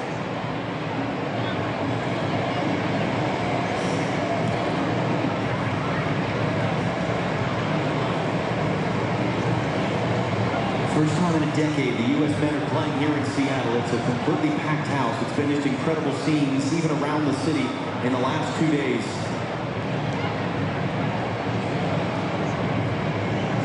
This is a stadium built with World Cup soccer in mind. Unlike a lot of the other NFL stadiums that these games are being played in, when the plans were drawn up and the late Paul Allen, who was the driving force behind building this stadium, they made sure the stadium was built wide enough to hold a World Cup soccer field, which is more than 20 yards wider than an NFL field. Let alone all the support here over the years for the sport of soccer. Can the U.S. make it that much more a perfect day by getting a win?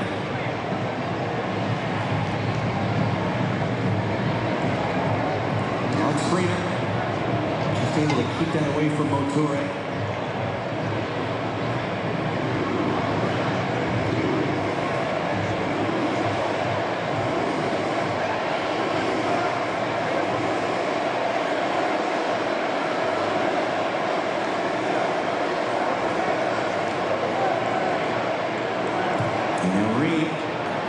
Pepe running. It's Missed hit backwards there by Tricati, and it's cleaned up errantly by Italiano, and it gives the U.S. a point. Italiano's head spinning right now, quite frankly, because he's not sure how far and how aggressive he should be with Anthony Robinson. And then that space when he steps out, the U.S. are saying thank you very much. Because Tricati doesn't want to come out of the box. He wants to stay within the lines of the box and defend. And the U.S. are taking advantage of that space down either channel, which was similar channels against Paraguay. I wasn't sure there would be that same space, but the movement and the running off the ball has been excellent once again from the U.S. Malik Tillman once again to take. In swinger. Richards was up for it, just too tall for him. Hard running there to chase it down by Alex Freeman, and he wins the throw for the U.S. with that effort. 21 years old, has just burst onto the scene in the last year. Chris Richards telling us yesterday, Alex is a joke. He's made the leap. Son of Antonio Freeman, Green Bay Packers wide receiver, Super Bowl winner. 30 years ago was catching touchdowns. Here, it's the same spot as the old Kingdom when he was playing for the Packers against the Seahawks, and now his son is playing for the United States in a World Cup game.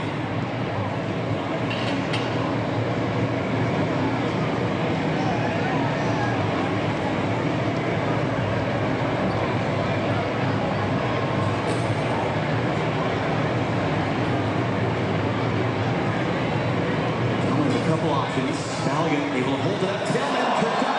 Free kick U.S. is going to be another call coming in. There it is.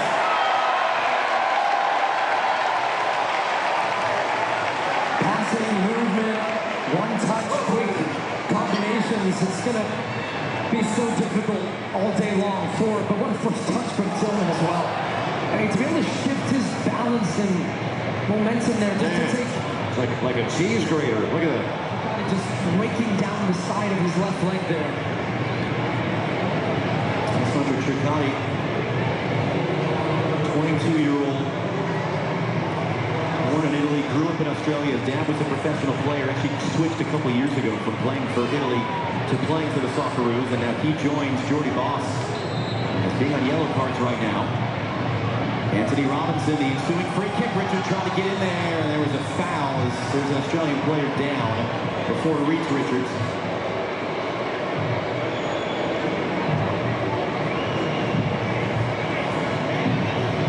Now coming up next on Fox, action from Group C, Scotland facing Morocco. What a scene that's going to be in Foxborough, Massachusetts. Followed by Brazil against Haiti in Philadelphia. Those matchups are after us today as World Cup coverage continues on Fox. There you go, U.S. soccer royalty. Casey Keller, Alex Morgan, Jill Ellis, and Silvano Carrasco. I don't know who that is. Casey Keller, another one of those just important, foundational Seattle Northwest members of, as you put it, soccer royalty, former starting goalkeeper for the U.S. in the World Cup. Alex Morgan, a World Cup winner. Jill Ellis, a World Cup winning coach.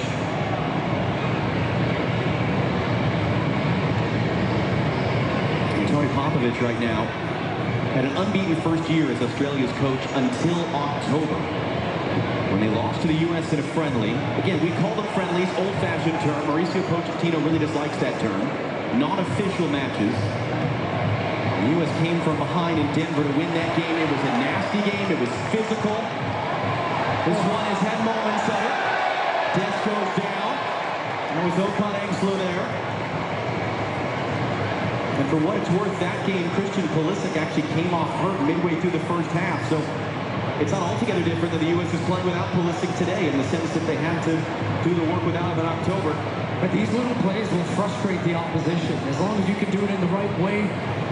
This Australian team right now reeling a little bit from the start that they've had. They have the one opportunity where Leckie has the outside of the foot shot, but largely been on the defensive side of the game. For them, that's not unusual.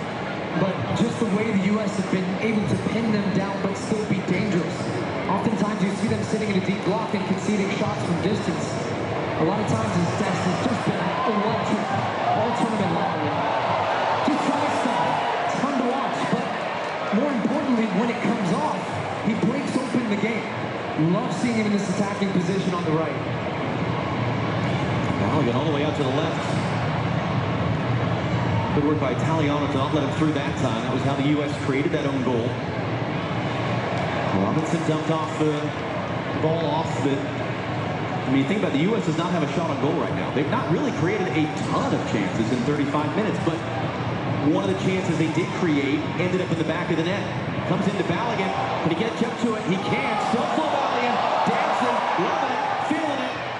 Italiano was there to tackle it out in front of Robinson.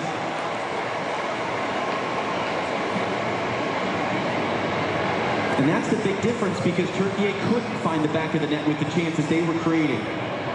Saturday night in Vancouver. The real cliche in the game is that goals change games, and how different this is for the sake of that goal. But the difference also is, if you look at the stat line, Turkey had a ton of shots, but a lot of those shots were outside the box. They didn't test the Australian goal and Patrick Beach. So the U.S. being patient in moments and waiting for the gaps to open up. But while having the ball and shifting it quickly, you're wearing down the opponent. So you're doing the work for later in the game, not just now.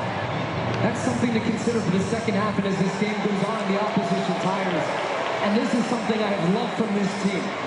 From 1 to 11 on the field, closing down, counter-pressing when the ball turns over, just a real commitment to stop the opposition getting anything.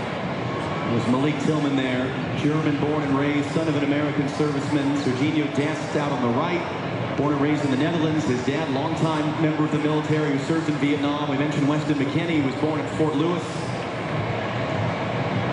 It's a big part of the story is the number of players over the years that on this team, sons of American servicemen.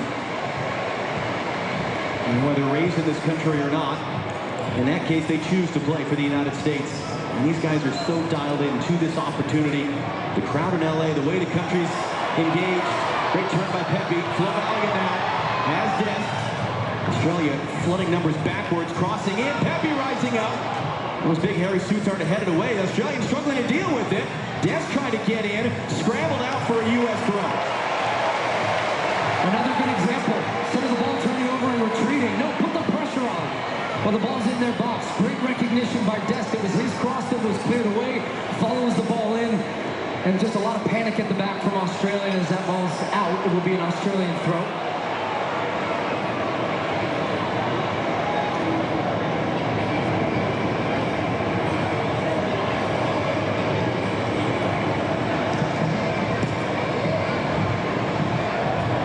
Remember on Friday, it was 1-0 for a long time. It was later in the half, the rest of the goals came. Alex Freeman was down, holding the back of his head as his call up on Ainsler. And immediately the medical staff are rushing out. And Freeman was just trying to flick this ball on. And Okan Ainsler just crashes into the back of the two players challenging for the ball. It is a foul, but there's nothing more in this one. And Tim Ream, as we so often see, this captain coming over, he's a coach on the field for Mauricio Pochettino with his experience.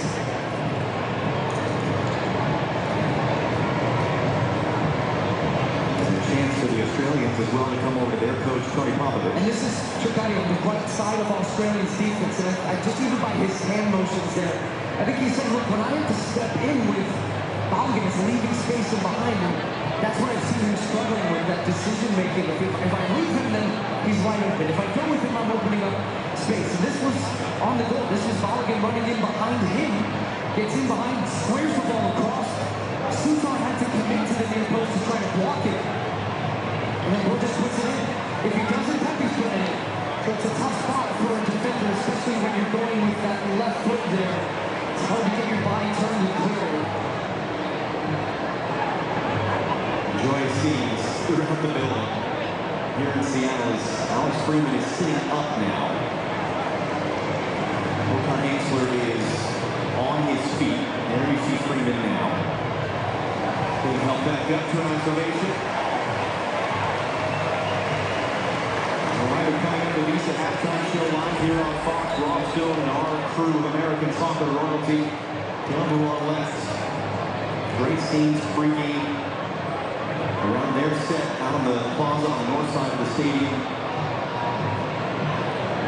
And this is good. These are team doctors right now checking these guys for potential concussion symptoms, making sure that they're clear to continue in the game. And that's what the referees, the conversation is right here.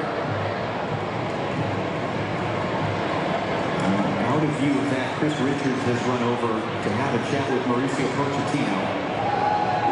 It's just so tough because you want to play, if you're a player, you want your starters on the field, if you're a coaching staff, but you just have to be so smart about long-term health. The brain is a muscle that is just, as we all know, it's hard to really know for sure in the moment. And so, being very intense. Hey, please don't stand on the furniture, bro. Please don't stand on the furniture. Are continuing. There will be quite a bit of stoppage time coming at the end of the half between the break and then the stoppage there. So a long way still to go. The U.S. a goal to the good, the 11th minute own goal. Matt Freese has made one save. His counterpart Patrick Beach has actually not made a save. The U.S. has not managed a shot on goal yet, just the own goal. Freeman has it tackled out, and you see Oka with the kind of bandaging and I guess Vaseline, for lack of a better word, on the back of his head. And the possession stats for the United States looking very similar to the first game against Paraguay. 71% of the ball in the first half. Right now it's a 70-30 split. So both teams tracking exactly how we felt the game would line up. Can the U.S. find a second goal?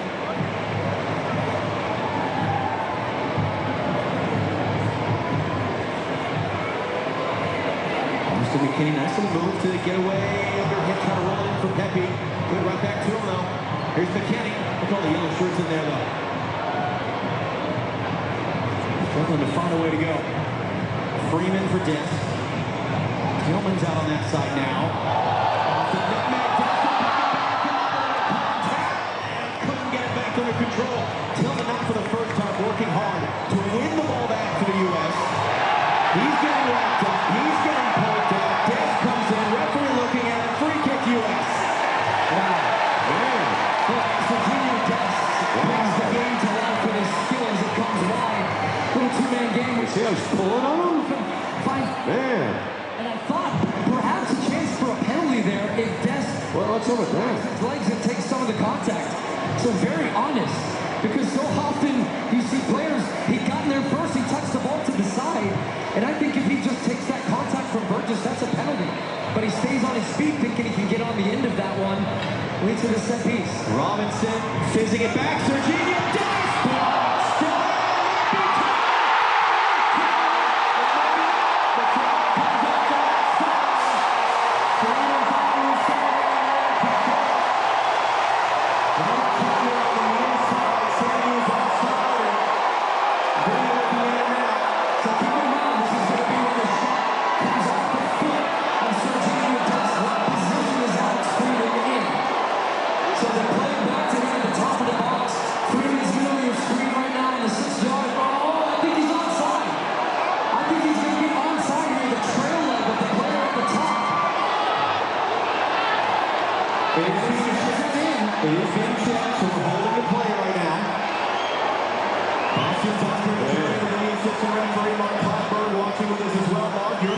Yeah, the first shot in from the US attacker, it comes off the Australian defender, but that's I think that's offside, too. It'll still be offside. However, I think that the defender, the replays that I was showing, the Australian defender is coming back, and I think that the back leg is just playing the player Balogun who scores the goal, and I think he put him in an onside. I think this could be given as a goal. Yeah, I think so too, Mark. Right at the top there. And it's a great recognition there of an opportunity for Freeman, who ends up heading that ball in. And this is where the semi-automated offside technology is mapping all the players. It's microscopic. And looking at this could be deceiving, but because there was a second U.S. player who was in an offside position. Here's the decision.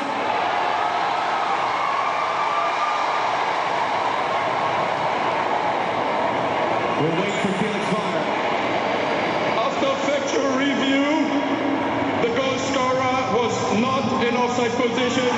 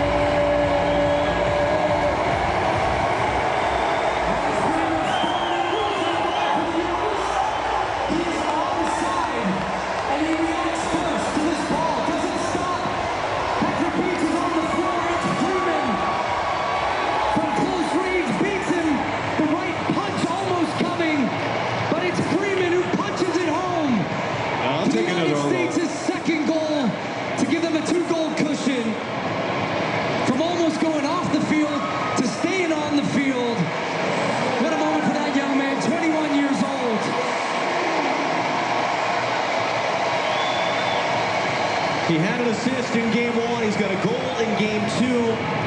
We're into 7 added minutes at the end of the first half. It was a big talking point. It was a part of the crisis this team was in a year ago, that so many of the top players were not a part of the CONCACAF Gold Cup. Alex Freeman is one of the guys who got his opportunity as a result, and he has, after becoming a lockdown starter under Mauricio Pochettino at that Gold Cup, played in every single game since. You take your opportunity whenever, however it comes. And how similar that is to the game Friday against Paraguay for the U.S. to get another goal late in the half. There might be more coming. We've still got good 5 minutes here. Tillman wins the corner.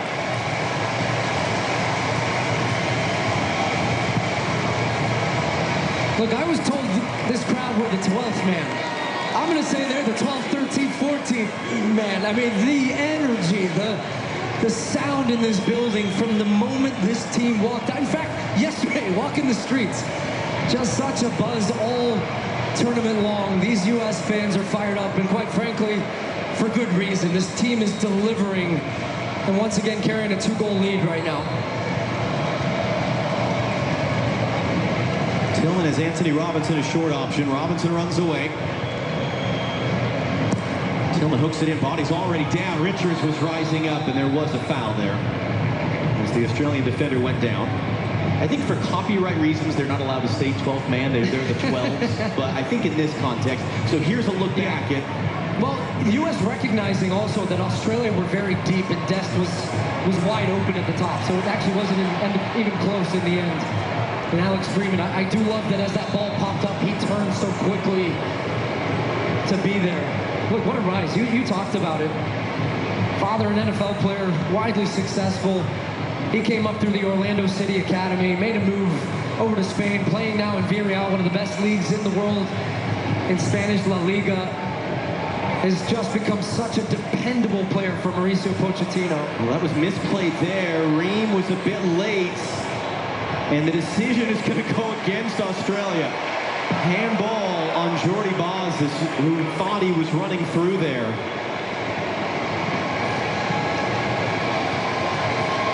Yep, great call. Felix Weyer, referee, has been all over it. Good first half from him as well, I feel, in game management, giving out cards when he needs to, letting the intensity be high. Going to be a lot of questions for Tony Popovich going into the half of how do you change? Look, for the Australians, they're going to be chasing this game a little bit. But now you're starting to also think this is game 2 of 3. Third place finishers will go through. Turkey going to play later on today against Paraguay. This is an Australian team by winning that first game and put themselves in a good position, but you don't want this to get ugly. But how hard do you go and come back at the U.S.? And from a U.S. standpoint, it was one of the things that we talked about with Chris Richards yesterday. They didn't want to get complacent off the back of the first win. And you don't want to get complacent now. No. Because Paraguay worked their way back in for a stretch there in the second half. And you know the Australians are going to spend the entire halftime yelling and screaming and getting fired up. And the hope is as well for this U.S. back line, they take some pride in a clean sheet. Because the stat out there, they've conceded a goal in 11 of their last 12 games. And as it was against Paraguay, a goal that came out of nothing. A clean sheet, no goals against would be huge for this confidence of this group defensively, as that one's going to... A little bit of contact there. Felix Weyer is going to say goal kick. But overall, John, a great first half for this U.S. team. And answering the questions again, hey, you did it once against Paraguay. Can you go again? The answer to that question is yes. Matt Freese is getting the count. He's got to go quick here. A 5-second countdown from the referee, taking the goal kick. And then Pepe is out jump, but did it last come off him? It did. It's an Australia throw. U.S. has got to stay switched on here. Final 2 minutes or so of this first half. We'll see if we go past 52 minutes on the clock, because we lost a lot of the first minute of stoppage time with the goal celebrations.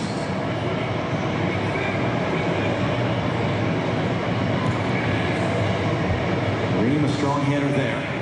Adams, a strong header. Balogun, and he takes a knock to the back of the head. Flo Balogun is down. Ends up as an Australia throw.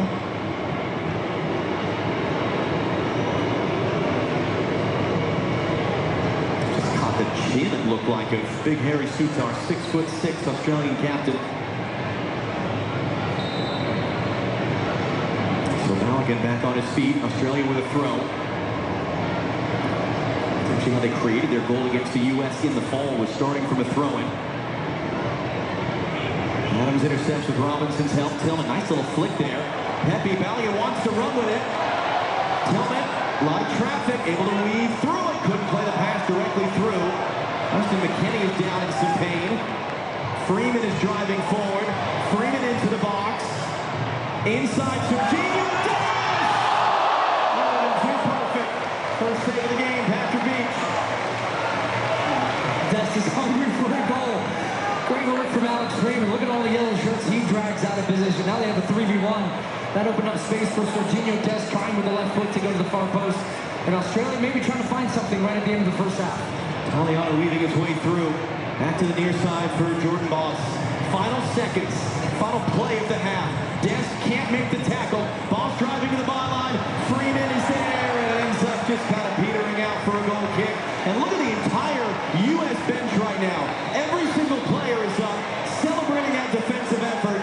That's the end of the half. It is another picture-perfect half for the men of the United States.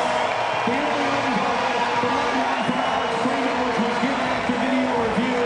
Rock star of the crowd on the other side of the break. 45 minutes down, 45 to go in Seattle, where it's the United States 2, Australia 0.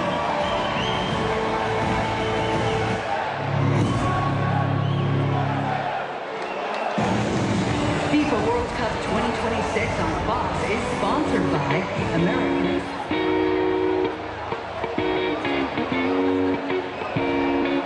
Oh, yeah. What's up, Team USA out there, man? I see you all out there, man. We got the lead 2-0, 2-0.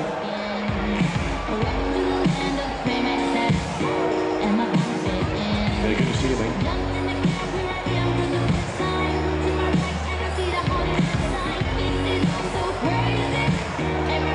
I got San Diego in the house. Look at him.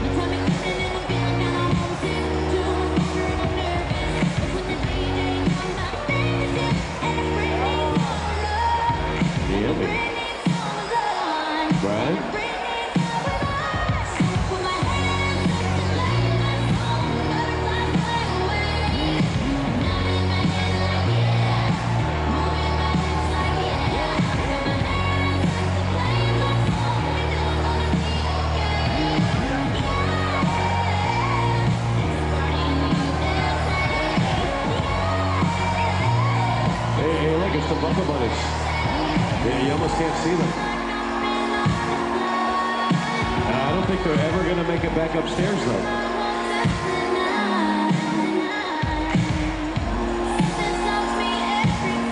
Yeah, they're not going to make it back, I don't think. You might run out of bubbles before you get back up there.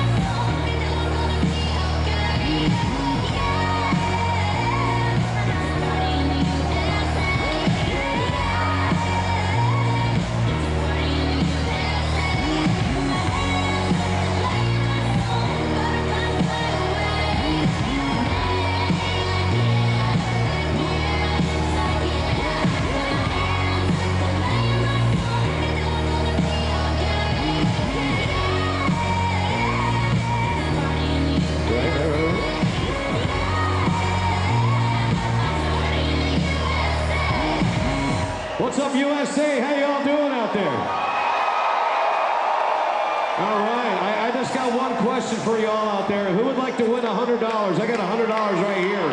I'm gonna give $100 to somebody out there. Who wants $100? You want that? All right, you know what? I got this QR code that you're gonna scan right now. We're gonna go ahead and throw that up on the screen. Scan this QR code. I got 5 minutes on the clock. I'm gonna win this $100 bill right now. Scan the QR code. I got $100 just for you. Put it in your pocket.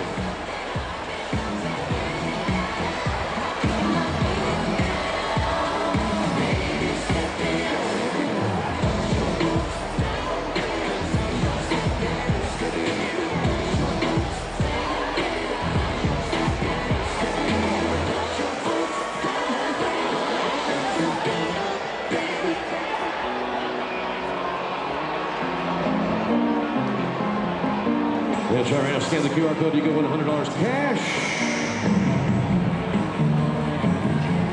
Right? You can buy like a Team USA jersey with that.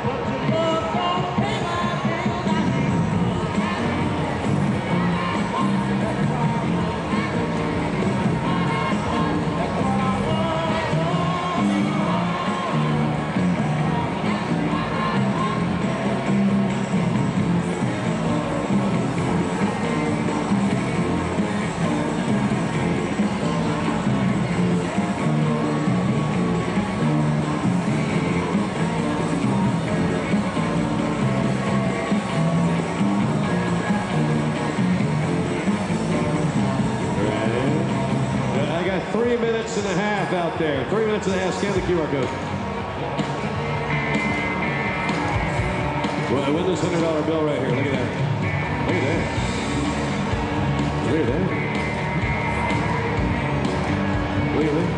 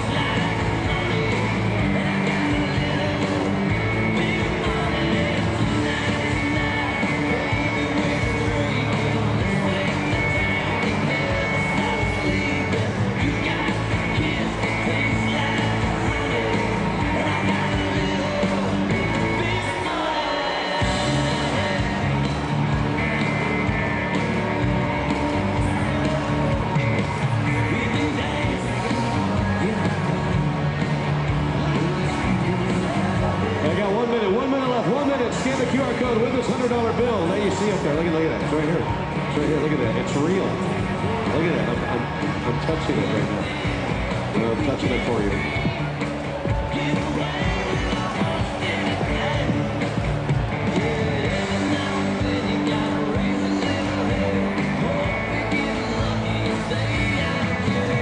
$30 seconds. 30 seconds.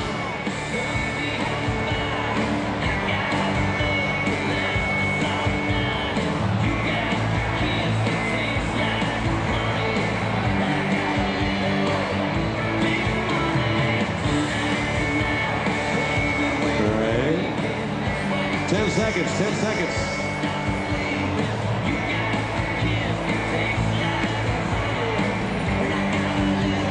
We're at 2 into 1. All right, if your name is, I'm looking for Ethan Blatton. Ethan Blatton. Come get your money. $100, man, right here. Come get it. Bring me your ID. Bring me your driver's license, your student ID, UTA ID student card, executive Costco business card, hunter's license, passport.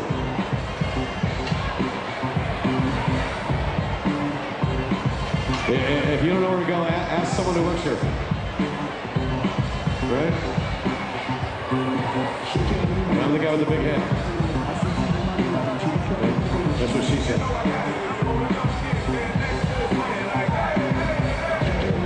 Bull ride, second level.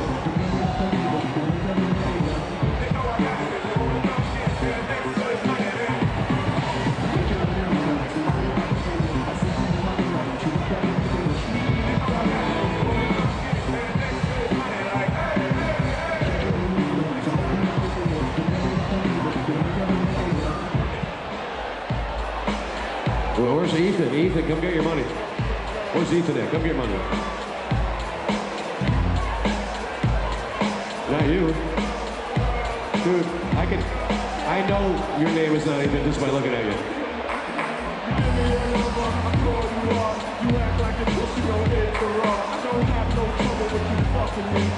It's more like Ernie, maybe, you know?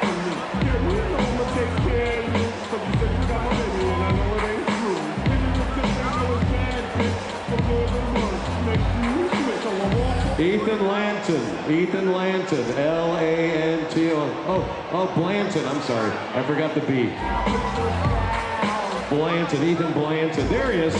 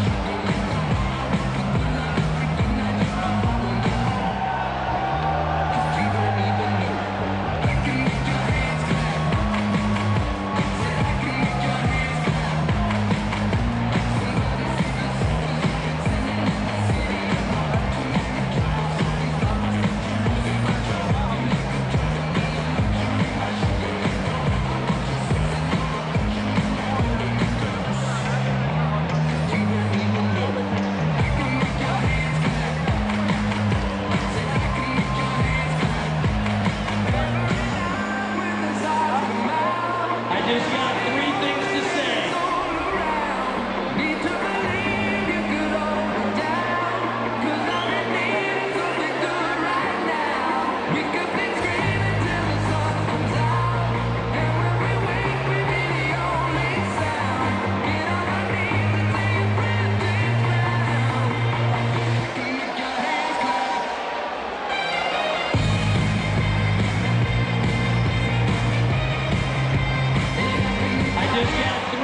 To say, God bless our troops, God bless America, and gentlemen, start your USA, USA, USA, USA. Here we go, man. And it's at a certain point, 15 minutes into this half, if you want to make some changes, we saw how the changes can free up some players and provide opportunities up top, whether it's Arena or others, but you just got to be smart about this. Yes, there's some young players out there, but there are experienced players out there that even if it stays 2-0, doesn't matter, you ride it out. You hit the nail on the head, Lex. You got to be very smart, got to put in a professional performance. You talk about 2-0 being a scary scoreline. You have 1 goal, you let them back in it, so keep the pressure, keep suffocating them, you know, with the water breaks, with the heat. It's going to make it more difficult on them. Obviously, if we get the next goal, it'll kill off the game. But yeah, you got to stay professional and keep doing what you're doing. It's been really impressive and fun to watch. You talk about suffocating them. The regains and the numbers around the ball when they lose it has been absolutely fantastic. With the win, the U.S. advances to the round of 32. We'll see a post-game for now. Back upstairs, John Strong and Stu Holden. Rob, it is in fact going to be a triple substitution for Australia at the half. Nestor Aaron-Kunda is going to walk into your picture in just a moment as the third. Cameron Burgess is the first to have his number put up. Jason Garia, who was the one who delivered the hard tackle that banged up Christian Pulisic in the fall, is on. Connor Metcalf, who scored a wonderful long-distance goal the other night. And the other goal scorer in that game, Mr. Aaron-Kunda, is the third who comes on the field for Australia. How does this change their team? My first thought is that this is going to be a formation change, potentially for Australia, but we'll see how it ends up lining up. They take off one of their center backs, bringing on a new one. They're going to come and chase this game here in the second half.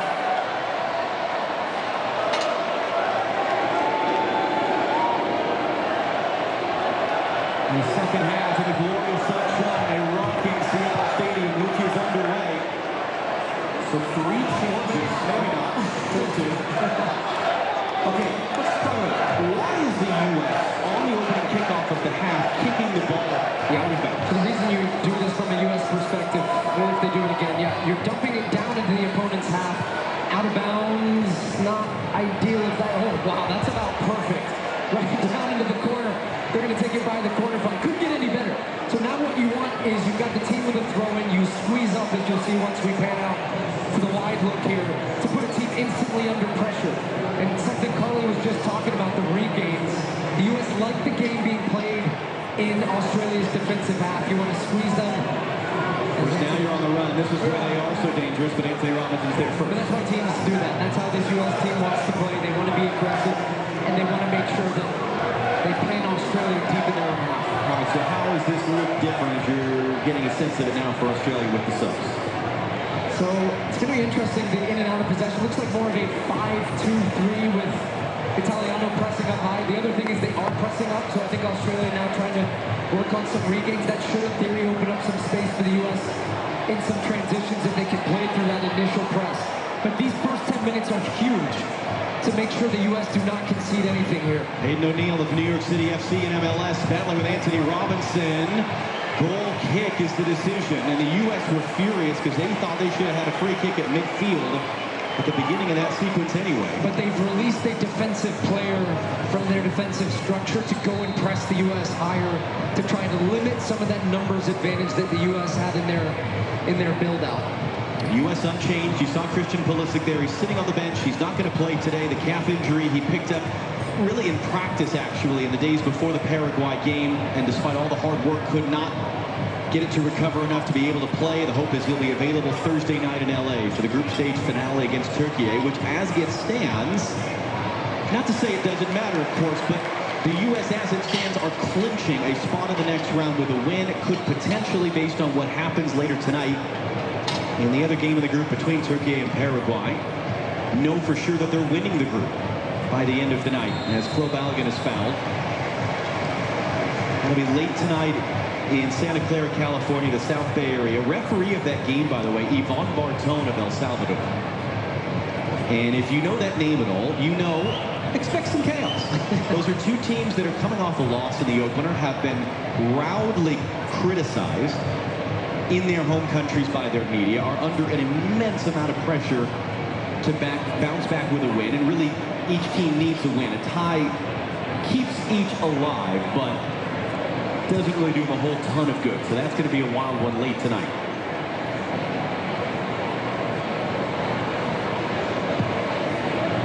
Jenny tapped down the field, get a chance to speak to Jesus Perez, Chief of Staff of the U.S. coaching staff under Mauricio Pochettino. Jenny, what do you have to say? Well, Jesus was very pleased with that first half, telling me at the moment we are solving what Australia is doing against us. We're attacking them at the right time and the right space. We do need to stay mentally strong in the second. I had to ask Jesus about that goal from Alex Freeman. Obviously, they had to wait for it. He said, we knew it was onside. We were watching it, but of course, a huge relief for us. And John, I got to say, watching that celebration from the U.S. team, one of the best I've ever seen. And Jenny, was interesting is Dest is going to get first to that loose ball. And is that indeed a foul? It is. Couldn't hear the whistle at first. We heard one of the Australian coaches giving an interview to Australian television at the half as well. They fully believe that it shouldn't have been a goal. They were arguing that Balogun from an offside position was impeding the goalkeeper, which doesn't really stand up to scrutiny and replay. But that was, like you talked about, their emphasis. Can they get some fresh legs on? Can they open it up and get on the run and put the U.S. back on their heels? Chris Richards opens it up to Serginho Dest. Great combination he and Weston McKennie had in that first half. Tyler Adams joining up now. When there were some questions about who was going to come in for Christian Pulisic, what would Mauricio Pochettino do? Did you bring Tim Way and put him on the right and flip Dest? I don't think you move Dest a single ounce from that position on the right. He is so dangerous. You see him, he's second top guy from your screen up there. When he comes inside now and becomes unpredictable to make these types of runs from inside to out. Then he's wide, then he's in. He and McKennie, look, we'll talk so much about this throughout this tournament, but the two of them have got a really nice partnership together. You've got the solidity of Freeman, so Dest doesn't have to worry as much about the defensive side of the game. And I think that's just the biggest thing I've seen from this team and the way that they are set up tactically is that they have structure, but at the same time while having freedom and featuring the best qualities of all of these players in the right positions. Here's Dest again. That was good pressure there to force just a hopeful ball forward for the goalkeeper Beach. It led to this possession for the U.S. That one is from Dest for Tillman. You can scan the QR code coming up on your screen. Vote for the Michelob Ultra Superior Player of the Match. Very similar to what we saw Friday night in that first half. Every single guy in the field is making plays, even if they're subtle and don't show up on a statistical sheet. As Robinson pressured off it there, Aaron Kuna gets the touch. Okan Ainsler opens it up wide for Italiano. Anthony Robinson defending. Italiano cuts it inside, crosses inside. Tyler Adams is there to head away. Happy with some pressure. Australia wanted a free kick. They don't get. Balogun's got space. There we go.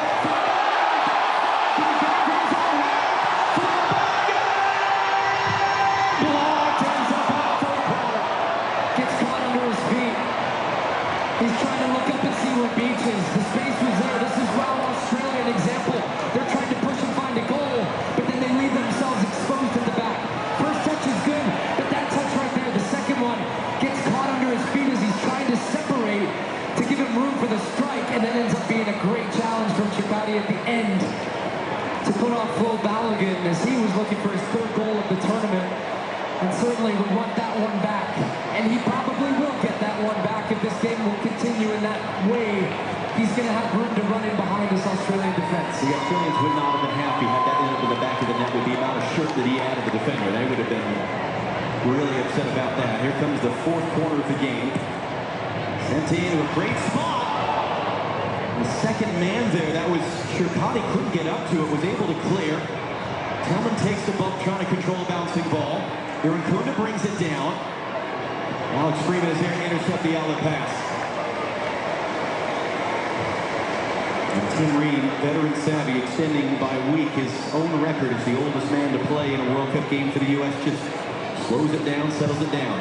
McKennie going to find the angle there for Balogun. He's proving a handful. Able to turn and face on Shirkati. It's another corner. Great running again, Flo Balogun. And he does really, they're playing it quickly.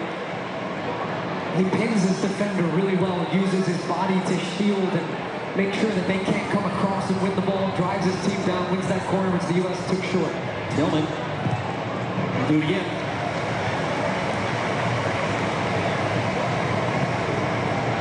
I'm sure everybody at home would want this game to go 4-5-0. This is the U.S. being smart here. They don't need to raise the tempo of the match all the time for 45 minutes. Be smart, keep the ball, exert your energy in the right ways, and if the space is there, go. But take seconds off the clock if you can. Tillman again. Balogun was up for it. And Balogun head-to-head collision with the Australian defender. That's the second collision that Balogun has taken. One was to the back of the head. This is to the front. Shirkati there, the Australian defender.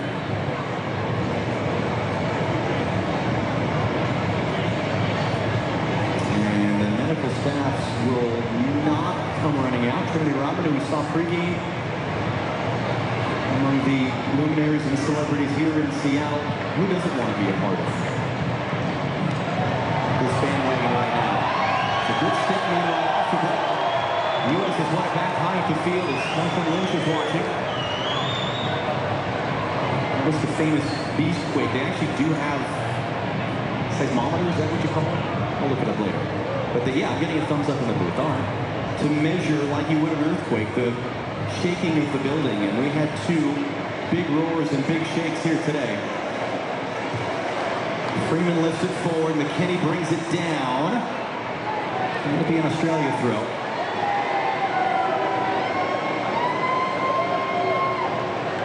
Russell Wilson in there as well. CR and his wife.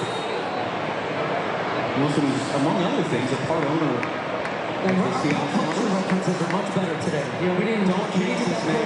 Don't jinx us. It does speak to the amount of people that want to be a part of this and attending a World Cup match in our home country here in the United States. First time on the men's side since '94. Richards forgets. It's been a spectacle. The energy, I can't speak enough about it. Just soaking it in from city to city as we go. LA, get ready. We're coming back there for that Turkey 8-3 match. Adams, good tackle in the middle. That was Anthony Robinson not ready for it. Could be a foul. It's going to be an advantage here. There might be punishment coming for Robinson later as Pepe wins the ball. Referee Felix Bonner is going to call that dead for a foul. It's an Australian free kick, and the question now is Anthony Robinson going to get a yellow card? He is.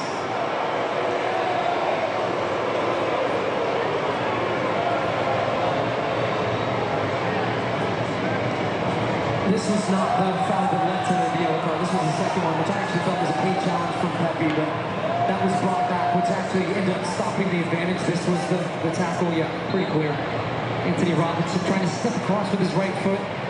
Italiano, for the first time all game, quite frankly, getting the better of Anthony Robinson. Robinson has been pinning him back deep. Seeing much more of an aggressive positioning from Italiano in this half. So they're trying to get really their wide fullbacks higher up the field to try to keep the U.S. back a little bit. But the problem for Australia is they've just been unable to keep any possession of the ball. And now they're in the set where they were that led to the U.S. chance. But they're going to spread out. They're going to open themselves a little bit from that defensive shell. So if the U.S. can win the ball, like that would stay. It did. Well, the unfortunate thing is that came from a turnover from the U.S. and Robinson had to step in. So he's got a yellow card. Tyler Adams as well. He was shown a yellow card last week in the first game. If you get a second yellow card in another game, you will be suspended for the next game. So if Tyler Adams were to get a yellow card in this game, he would be suspended for the finale on Thursday. That's going to stand point for Paparazzi. Ricardo Pepi.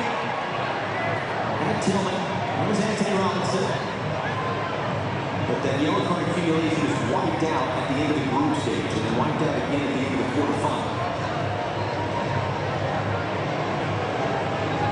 Alex Freeman. Serginho Dest. Dest on Jordy Voss. And the double team will force him back.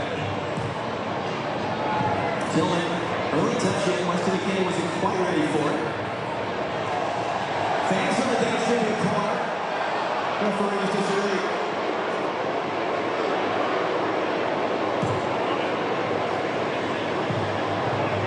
Again, video review can take corner kicks away. They cannot give them. Should have been Tillman right around.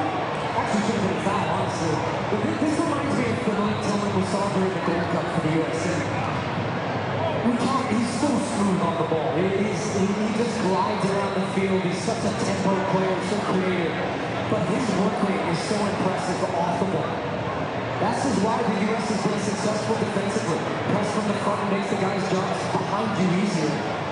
Good work by Lucky there. Boss early cross. And when he was beaten to it there by Good, he get a touch to it. He did. There's a no. And this is where it can be taken away. That was the incorrect call. Austin Dunker, the video assistant referee, based in Dallas at the International Broadcast Center, will be having a look at it.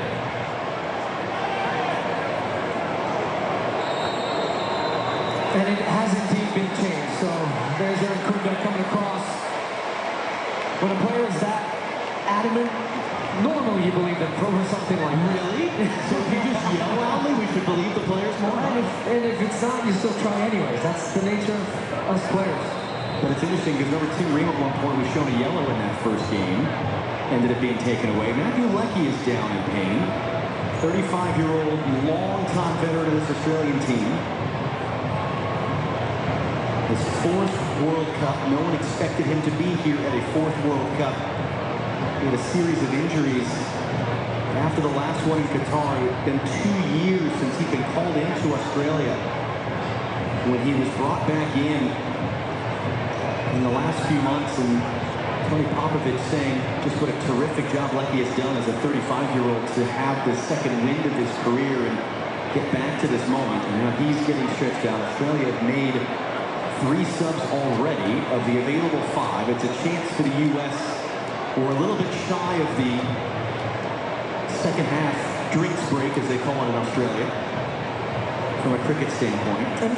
I'm still scratching my head a little bit about his selection process coming into this game. I know he put Leckie into the lineup, but he took his 2 goal scorers out of the lineup and then rectified that at halftime, bringing these guys into the game in the second half. But I don't know whether that was tactically that he felt it gave him a little bit more solidity behind the ball, and his plan was to bring these guys in the second half and be more aggressive, but they've gotten to that, and we'll see if Leckie can continue. It looks like they're preparing another sub for Christian Volpano. Will they make the sub now? He's ready to go. This is an interesting player for them as well.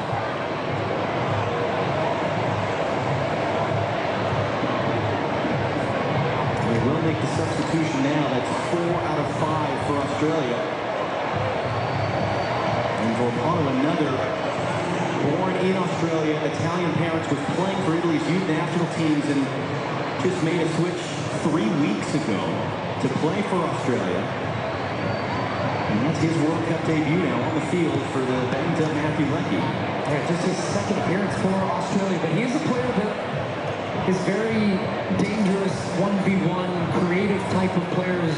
Going to give Australia a little bit of a look if they can find him in some space to get turned and be a provider, but he's a very attacking player.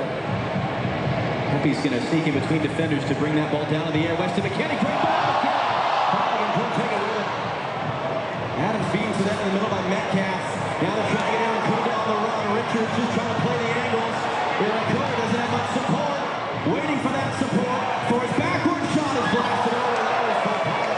Just on the field, his first touch. And there's going to be a review here for a player that went down in the box off that run. If there was contact, it was Volpano talking about that creativity. He gets the ball in a good space, gets turned, and the way the pass is very good. This is the speed they want from Miracunda, he runs in behind. And the incident that ends up coming, no, there's not going to be a penalty because Tyler Adams doesn't even see Metcalf's run as he's coming across, and he just catches his heels, but he's not looking at him. It's very incidental contact. I do not think that'll be a penalty. Mark Gladberg, what about you? Of course VAR will review it, but I agree with Stu. He's coming from Tyler Adams' blind side. Tyler Adams doesn't go to block him. He's not even looking at him. There's a natural coming together, and I believe that the VAR will not interfere with this. And you were both correct. But another little, just a reminder for the U.S. of where this can get dangerous, and that was, you know, Clint Dempsey, Carly, and Alexi talking at halftime. It's why it's such a well-worn cliche in our sport that 2-0 is the most dangerous lead, because Australia pop one in and all of a sudden they're a goal away, the momentum shifts, the vibe shifts, everything can change in a heartbeat.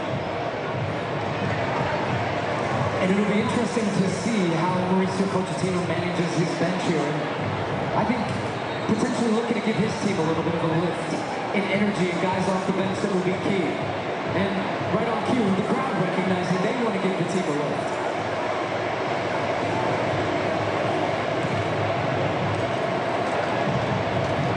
Tillman, out of Valiant, Pepe's open in the middle. Valiant trying under control. It might fall to Pepe, it's cleared, it's pinged around.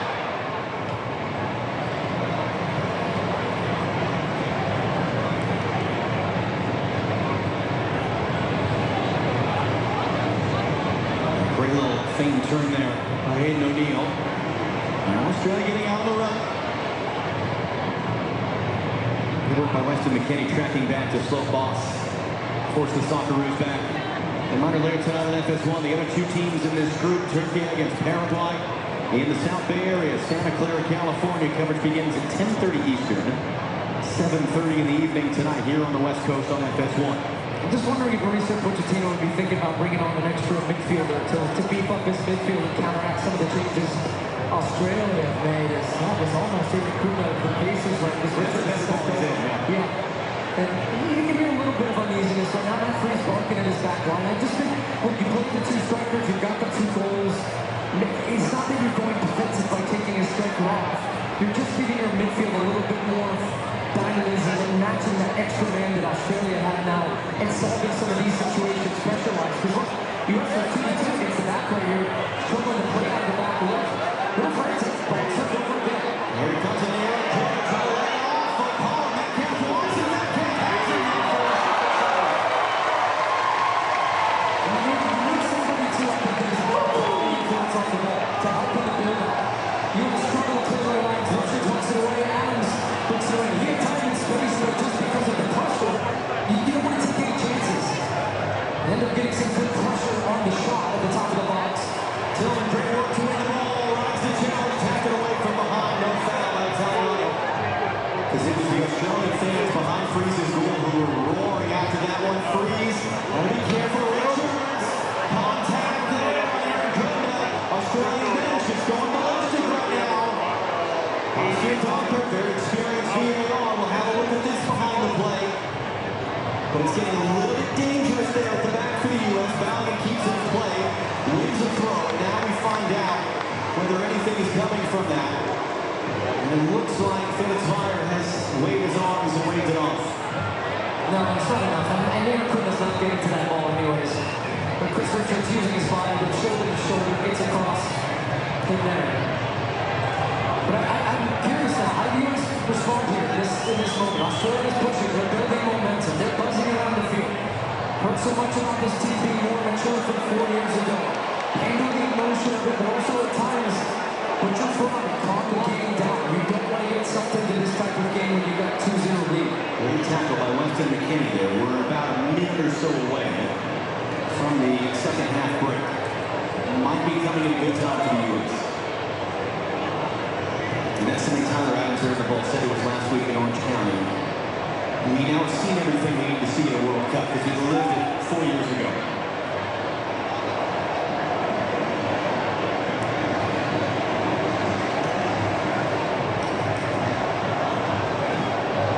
As the Australian fans down the right making a little burst of noise, here come the Americans.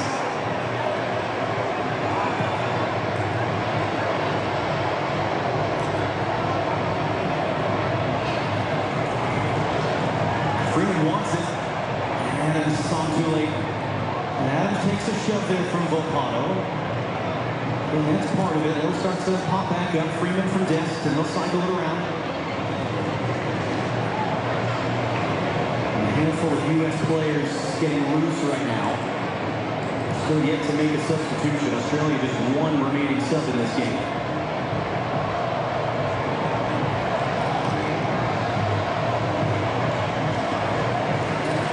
Robinson making a big run. Reed trying to find him. Robinson tracking over his shoulder. And we'll just tail out for a throw. And that will take us into the break. The match break presented by Lenovo. Midway through the second half. The U.S. managing things very well right now. There's going to be a late charge coming from Australia to be sure. 2-0 to the U.S. here in Seattle.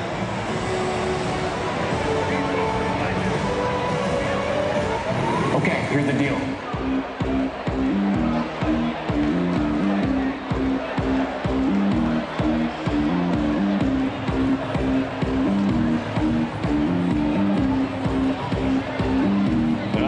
USA fans out there, we're in the hydration break. Good thing we got bars. Yeah, both levels. The 38 hydration break areas.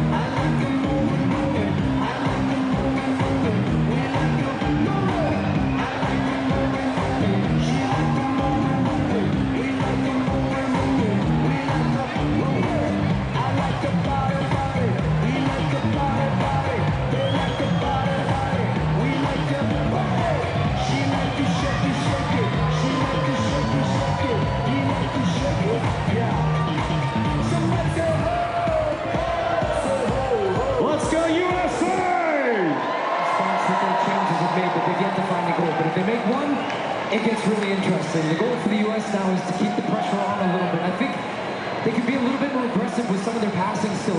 It's too comfortable passing it around the back and keeping possession. Keeping possession is fine, but you've still got to put a threat to the opponent to force them to stay back and be a little bit hesitant in the way in which they're pushing forward. I expect to see some of these subs soon. I think the U.S. need it, and we'll see which changes end up getting the final knock. We can always get top of this head, but it looks like Sebastian Berhalter is moments away from coming on the field. Dez down hard on the outside, keeping the ball cleanly. And Freer's in a good tackle. Chris Richards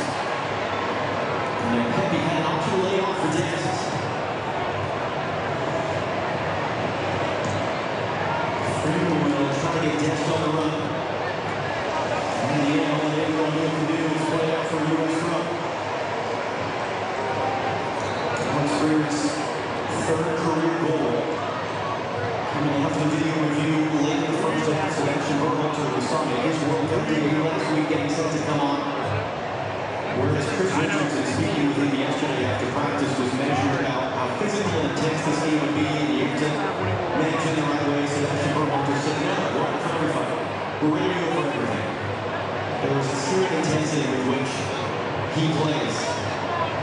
Yes, but quite frankly, I think the type of player this U.S. team needs on the field right now to match some of that from Australia. If he's indeed decided he's making his way over to the halfway line right now, my guess would be that would be one of the strikers being removed. Metcalf, and that was his casual interception you'll ever see from Serginho Dest as he was trying to find the open side of the field. It's a loose pass there. Adams, big tackle, picked up by Italiano. Swept away by Adams a second time, job not done. Anthony Robinson digs it out on Metcalf. Able to turn the corner. And the U.S. find the open side of the field right now. Aaron Kuhn is going to chase down Ream. Dumps Ream to the turf. That's a free kick for the U.S.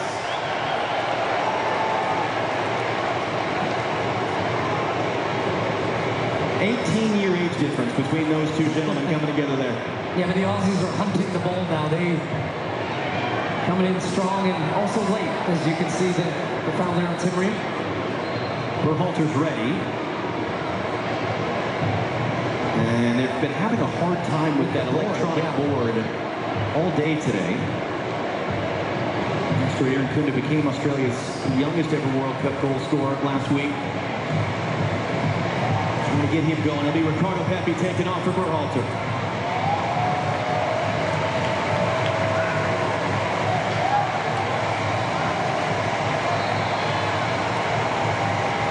First a thought on Pepi. That was the lineup change for the injured Christian Pulisic. What do you think about his performance? He was a handful, and a big part of the goal, the own goal from Burgess. I thought he did a lot of selfless running that you won't always get credit for as a striker, but running into the channel, hold-up play, link-up play with Balogun, the two of them worked well together. Great work from Anthony Robinson. Look at that strength here from Balogun. That's so good. You got a guy all over your back, but still to just keep your hands out, get your elbows up, make it difficult for him to get around you. Also, look, saying I'm quite happy actually to take the foul here and just give the U.S. a free kick and stop the momentum a little bit from Australia. Paul O'Connor being called over by Felix Weyer. He's known as a referee that likes to keep a game tight, that likes to use his cards to control a game. He's not really done that. He's also known for really not enjoying dissent. And that was O'Connor had a word on the way through as boy Sutar almost kicked Gary in the face. Tillman picks up the second ball. Tillman rides the challenge. Just slows it up and cycles it around. That's Berhalter's first touch. And Aaron pass for Dest to the outside. Boss struggled to get on the run.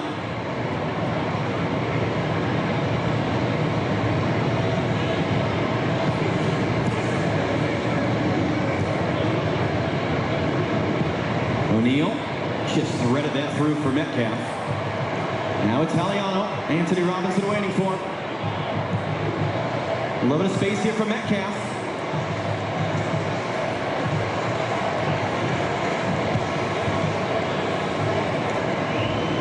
It's Volpato. Volpato gets the cross in. Freeman stooping low, heads it away, and that header evades multiple Australia players. Balogun can't escape. Garia gonna recycle. Richards is there to head away. Robinson trying to steer to the open side of the field for Dest. 15 minutes plus stoppage time to go. U.S. as it stands, clinching a spot in the next round. Could clinch the group stage win in Group D based on what happens later tonight between Turkey and Paraguay. Fifth and final sub in the wings for Australia. Volpato. Adams defending. Italiano. Volpato on the return. Cuts it back on McKennie. Sweeps into the middle. Popped in the air by Richards. Aaron Kuhn rising up. Bodies and limbs everywhere. It's cleared away.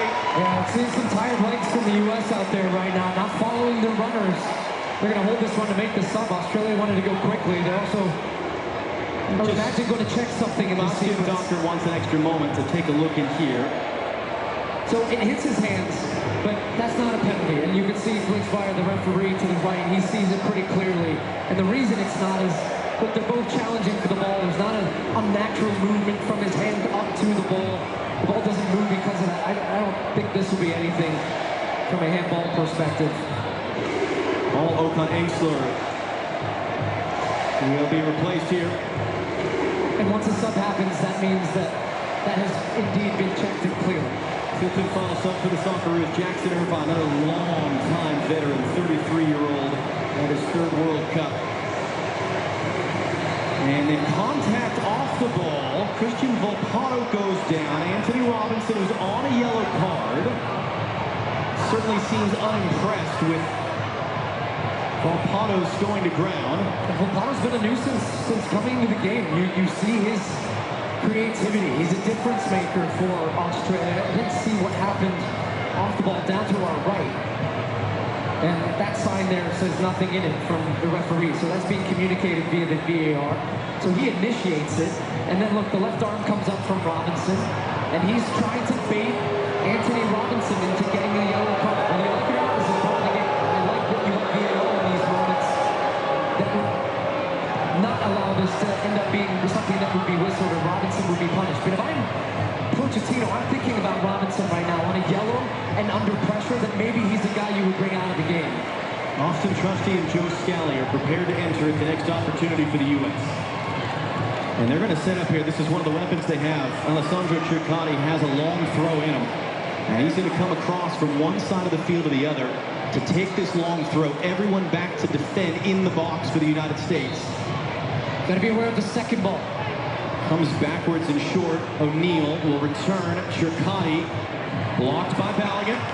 Australia corner.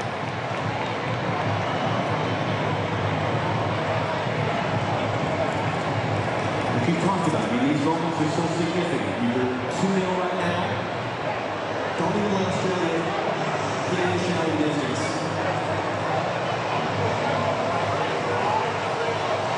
11 minutes to go. Plus stoppage time. Third quarter of the game. Swept in. Good hand around there. And down to the U.S.'s score. And second time to the to the back of the head. What a leap from Freeman. Showing his athleticism. The guy he's marking is 6'6". And Freeman just with a huge jump to win that one. Takes some contact and ends a foul for the U.S. Well, they put Disk and Anthony Robinson's numbers up, but the U.S. coaching staff is just making sure Freeman is okay as well. And the U.S. players have to hustle off you right now. Like I said, the U.S. get off the field, because if you get off in 10 seconds, you can't come out for a minute, and the U.S. might be about to play one or even two men short. And what the U.S. is arguing is we were waiting to be sure that Freeman is okay. And right now, to your point, there's some organization going on between the U.S. players top of the screen to account for that. Now, Trusty's been allowed to come into the game. Since the U.S. won the argument. As soon as the setup is now for the U.S., looks like Trusty's going to start out to the left back position. Yeah, Tom Popovich is serious right now. He's talking to the officiating crew about that. So 2 World Cup debuts. Joe Scally, 23-year-old from Long Island. Bertrand from Tajir. Austin Trusty, 27-year-old from Medina, Pennsylvania. Just want to lay top on Celtic in Scotland. Long time coming for him to make his World Cup debut. This is his 9th ever appearance for the U.S. at the age of 27. Jackson Irvine is able to control the bouncing ball. Here coming Australians. They have 2 new players on the field for the U.S. Trying to get the speed of the game, trying to get locked in with their teammates. 9 minutes plus stoppage time away. The U.S. as it stands. Clinching a spot in the next round. Could clinch a group win by the end of the night. That cross takes a lot for Walter's first set. Big challenge there with O'Neal. Ross on the outside. Volpato will cycle it around. And one of the things you brought up, the U.S. has not had a shutout since September. And a win against Japan, a win that really changed the momentum a lot in the fall for this U.S. team. They would love to get a shutout win here today.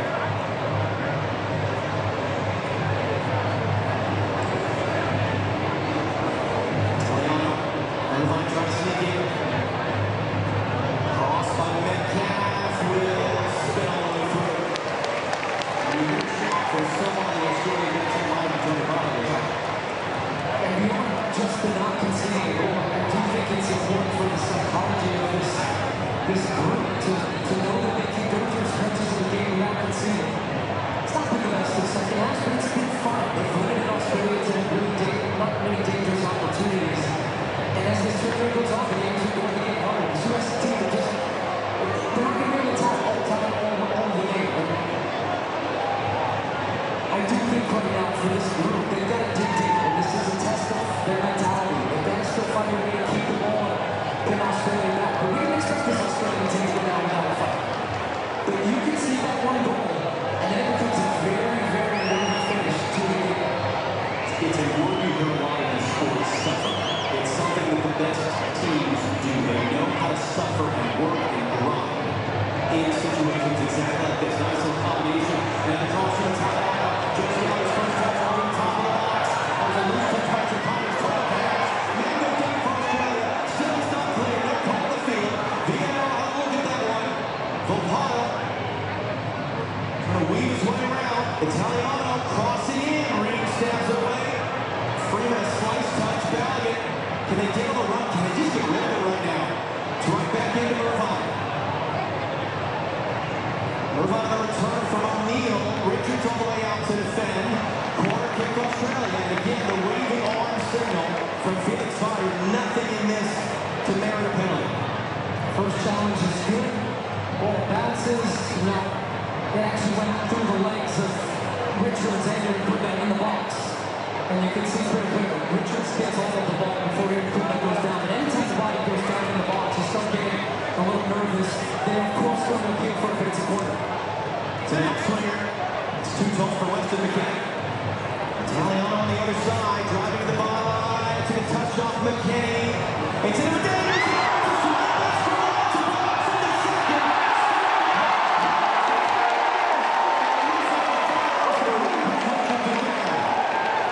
yeah, this is a pretty clear foul right at the near post that led to the chance. A huge block in the box. Again, this is really get a good strike on this stuff. He knows that he's very frustrated. He knows this is down the middle of the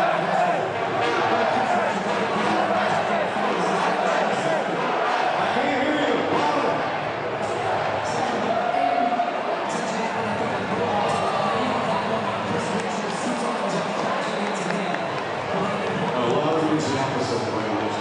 There's a reason he's going in the building right now. There's a nervy feel to the fans, to the team. It's kinetic. This is not the way the U.S. want to try to see this game out. This is a time for some composure.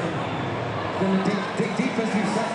It's matching duels. It's keeping that intensity high, because the second you let that level drop is when Australia really feeds off that. You know what could really help the U.S. is get a goal. Tillman works it for Scally. Freeman's all the way on the outside. But they just haven't had as much possession in the second half. It was a lot of it in the first. Freeze just got that away from Irukunda. Corey out jumps McKennie, flying header from Tyler Adams. Balligan and Sutar pushing and shoving off the ball. Balligan's got to be smart. Sutar's got his hands all over Balligan, and that is, no, it's going to go for an Australian free kick. They're actually just going to set this up, I think, for a long set piece. They're going to send everybody up. And they're going to bring Volpato back to take it. It'll be interesting. Typically in this situation, you try to line up two setups. Position a group at the top of the screen, which is where you've got your big man and Sutar, to then head it back across to guys crashing the box on the near side. Freeman once again matched up against Sutar, who will be the target. Volpato lifting it up. Sutar heads it in. Richards clears it out. Volpato first to the loose ball. Good hard running by Balligan there to force him backwards.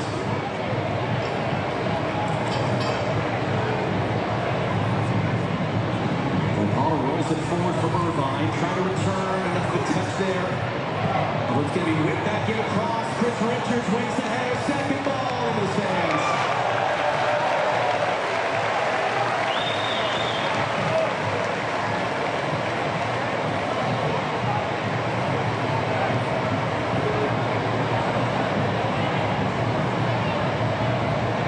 Guys are working hard. That's George Way. Tim Way's dad. Tim Way's mom, Clara, who was his first coach growing up. And George Way, a former World Player of the Year. Tim, not on the field for this one. Has an important role to play in this tournament, to be sure. Balligan is down hurt. Tillman takes the kick. That's going to be a free kick, and now Ballion's got to be careful as Sutar and he were in a wrestling match. Don't take a yellow card. Don't do something that's going to get you suspended for a future game. I'm going to give credit to Flo Balogun here because he's mixing it up enough and he stopped himself. To have restraint in these moments, to not swing an arm, to not punch back. Sutar is trying to get under his skin. Those two... Nothing like a little two-step there. And so something else has happened off the ball. This is exactly how the game ended in October between these teams. This calls for leadership. Something I pointed out in the pregame where Tyler Adams got involved in a play that almost saw Gio Reyna reacting, and he came in and separated the two players. The U.S. has, as it stands, more games to play in this tournament. Do not let this moment where you are leading 2-0 get the best of you and do something silly that would hurt the team. Balogun takes the yellow. Sutar takes the yellow. Looked like Italiano might have gotten a yellow as well. See, Balogun's sizing him up. Sutar goes in, but look how he's got his hands on his neck. But see, Balogun then was like, uh-oh, what am I doing? I gotta stop. Well, what in the ditty is going on here? Look at it. And away from what was about to be a headlock. Now they're gonna pick up yellow cards. I would say that's right because Felix Weyer, the referee's got to do something to try to calm this type of behavior down a little bit and calm this game down. It's had no flow in the second half, but that's fine. Thought he was playing rugby there for a second. Yeah. Tillman couldn't do anything with that. Italiano clears it away. Big collision there. Free kick U.S. It's Sally that's down. In the second half here, the Australians have come here to have a rugby match. I mean, if they're going to go down, they're going to go down swinging. We knew that. That's nothing new.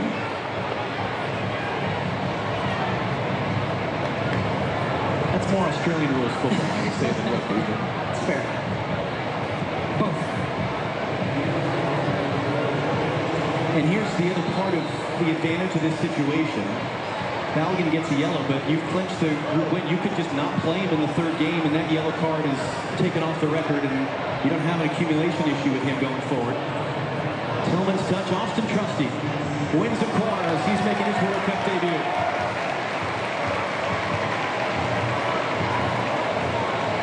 Confirmation, Italiano did get a yellow in that little sequence a moment ago as well. And we'll see how much time is going to come up here with 3 minutes to the break. We've got a couple players banged up. Well, it seems they played this short. They might try and limit it. We're in the 90th minute. We expect 6 minutes. Yeah. It's a long time to try and keep the ball in the corner. Some conversations between Tillman and Berhalter. So yeah, they are just trying to milk some seconds off the clock. That went out for a throw-in. Classic clock killing, as one would say. They will take too much time off.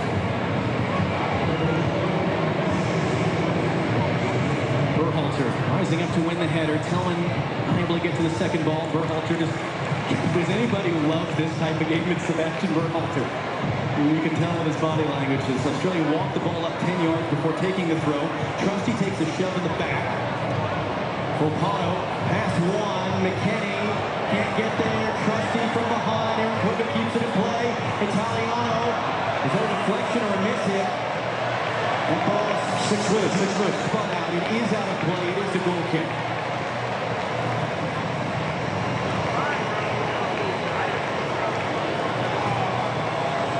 So this is the stuff, the bottom left of your screen. Look, that was the incident we didn't see before. Pretty clear. U.S. trying to get in front of that ball, box him out. Italiano, he's in a difficult afternoon. Just the U.S. been rampant down his side, forcing him to defend.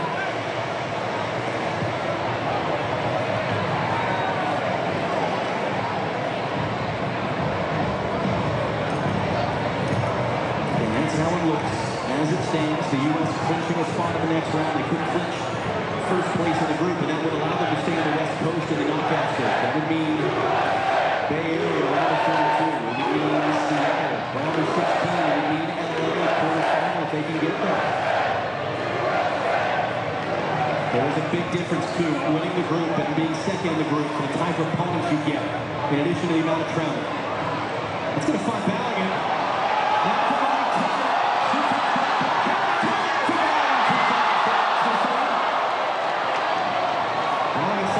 There's no one in the box for the U.S. Freeman. Berhalter for McKinney. Balogun, and not quite the right angle for Berhalter, although his block holds it in momentarily. Scally's there with a header. Aaron Kuna trying to sneak in, draws contact off Richards. He's going to get a yellow for this. So now Chris Richards on the yellow card as well.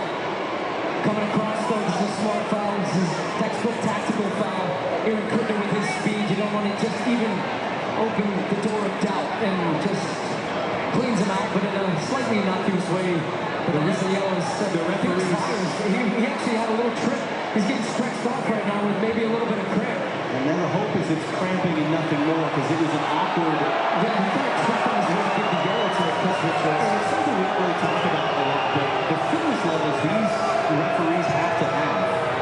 One of the ways you hear it phrased is the referee has to be more fit than any given player on the field. What the hell's going on here? What is to be able to make the play. And it's a warm day, the sun is out, you've got FIFA medical staff. Mark Clattenburg is with us.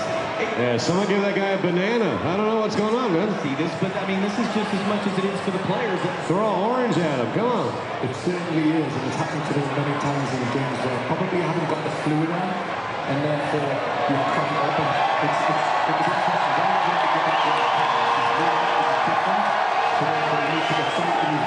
It's a hot day. Oh my God. Into the conditions, and man, I've been here every day since World Cup. No one brought me one of those. The other piece of it I think is interesting. You look at these referees now. They got microphones, they've got cameras, they've got the spray. I mean, it's a lot of gear you're carting around too. It certainly is, especially now in the modern day, the amount of weekend vibes with the technology. But Felix Zayan certainly carry on. He's only got, 2 minutes plus a little bit more stoppage time to deal with. He can protect himself as long as the game's not stretched. I'm sure that the reserve referee will not be used in this one. And you saw Katia Garcia of Mexico, the fourth official, run over some hydration. Gio and Haji Ryder preparing to enter. I'm going to give the referee a yellow card. Or a yellow card on the referee. Here comes the Australian free kick off the Richards yellow card. Pops sideways. Malik Tillman is high and as far as he can boot it. And Balogun was trying to take it clean out of the air. U.S. got to reset here defensively. Trusty heads that away in front of Italiano. The U.S. want to make subs. They were screaming at the fourth official. And they're saying that the paperwork wasn't ready. So the U.S. is still having to defend. No, they're not. It's all the way through. And just keep in mind, too, that number you're seeing, 1 minute, in essence, is going to be a little bit more. It's only the referee who actually knows how much time is left in this game because of the added time of him being down on the ground. Phil Balogun created the own goal that was the opener. Haji Ryder is on third place.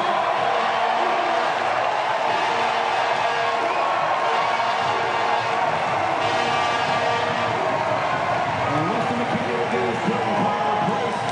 And that is scored on a wonderful special goal to get live in LA.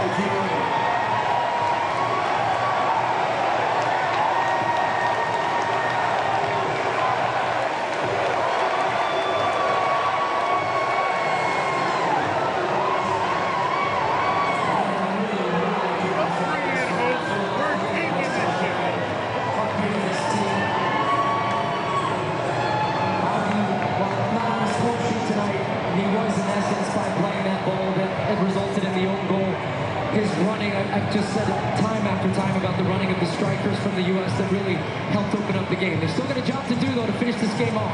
Aaron Kuna battling with Trusty, gets up first, gets to the ball, gets across, it's tapped away by Sebastian Berhalter. Tyler Adams hits the eject button. Tillman gonna get it back after from Garrett. Can he play? Haji Ryder might be. Haji Ryder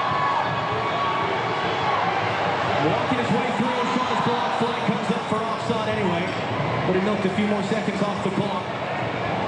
Can't be more than a few left on it still. Man, he should have just went one-on-one.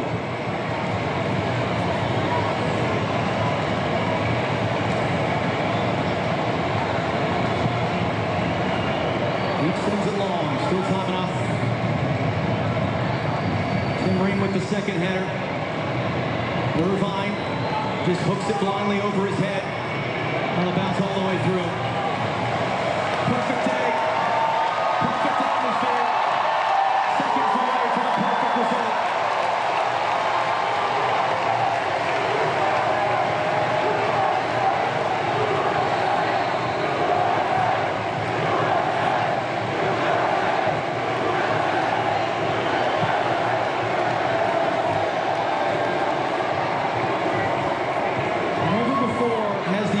States been able to clinch a spot in the next round with one game still to go in the group stage at a World Cup.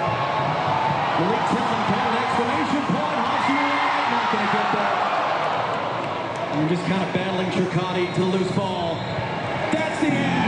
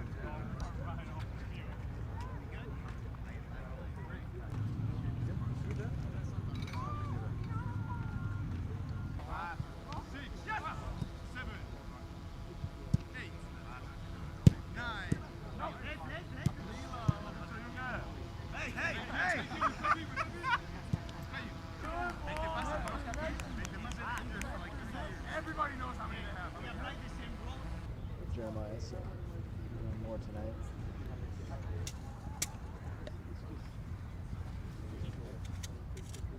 5, 6, 7, 8, 9, 10.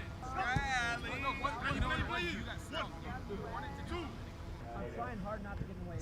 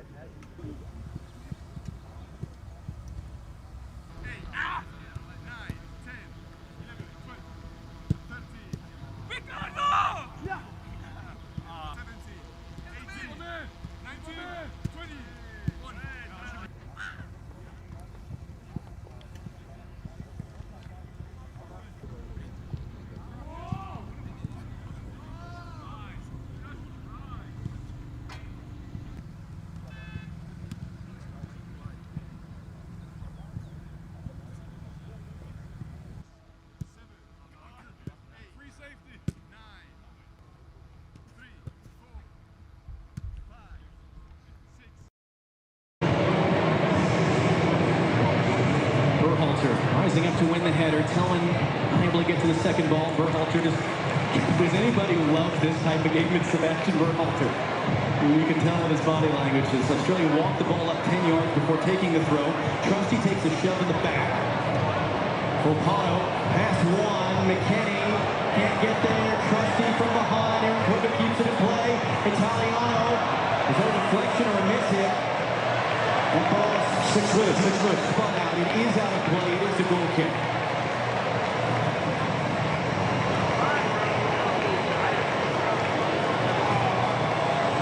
So this is the stuff, the bottom left of your screen. Look,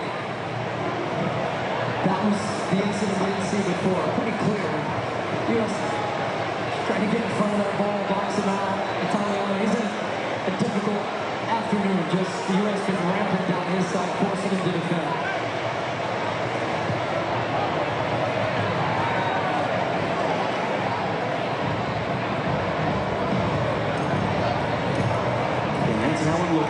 As it stands, the U.S. clinching a spot in the next round. They couldn't clinch first place in the group, and that would allow them to stay on the West Coast in the knockout stage. That would mean Bay Area, round of 32. It would mean Seattle, round of 16. It would mean LA, quarterfinal if they can get there. There's a big difference, too, winning the group and being second in the group for the type of opponents you get, in addition to the amount of travel. It's going to find Ballaghan.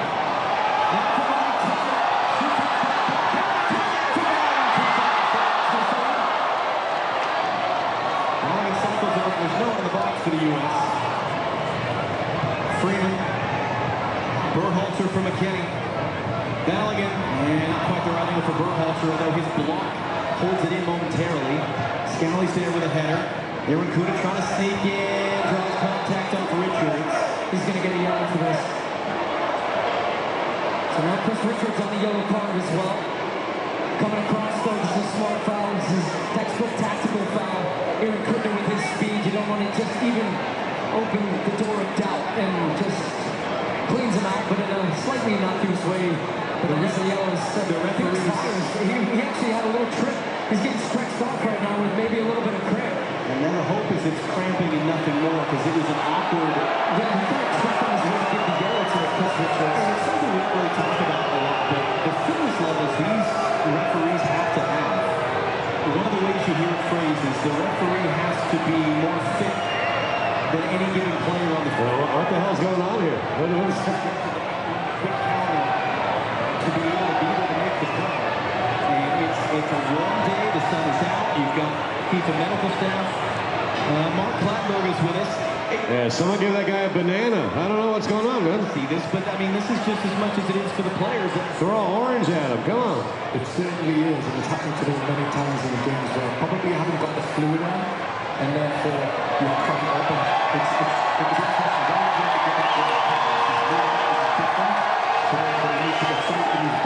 It's a hot day. Oh my God.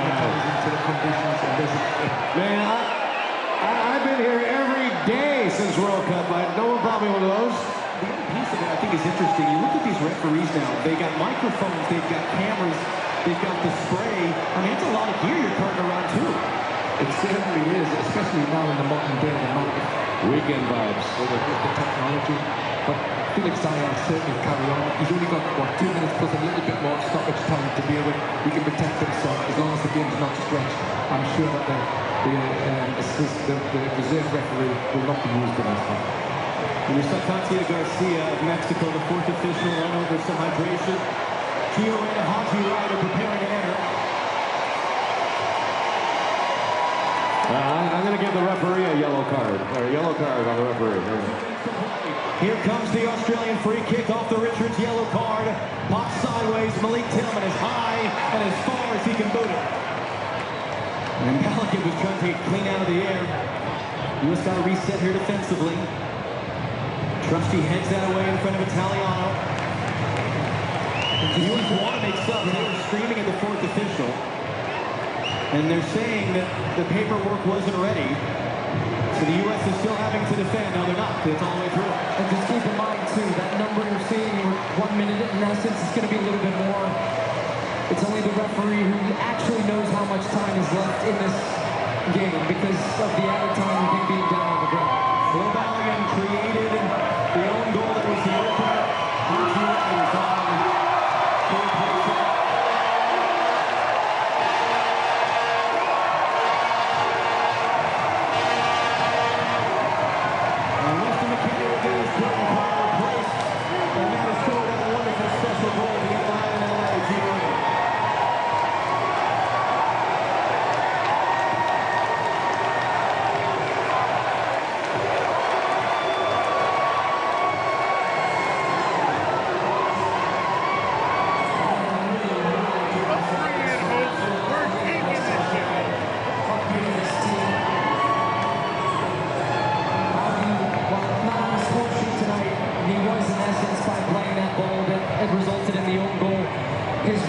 I've just said it time after time about the running of the strikers from the U.S. that really helped open up the game. They've still got a job to do, though, to finish this game off.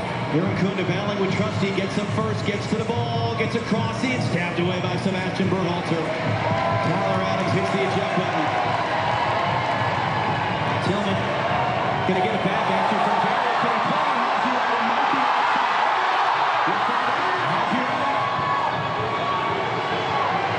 Walking his way through and shot his block. Flag comes up for offside anyway. But he milked a few more seconds off the clock. Can't be more than a few left on it still. He should have just went one-on-one.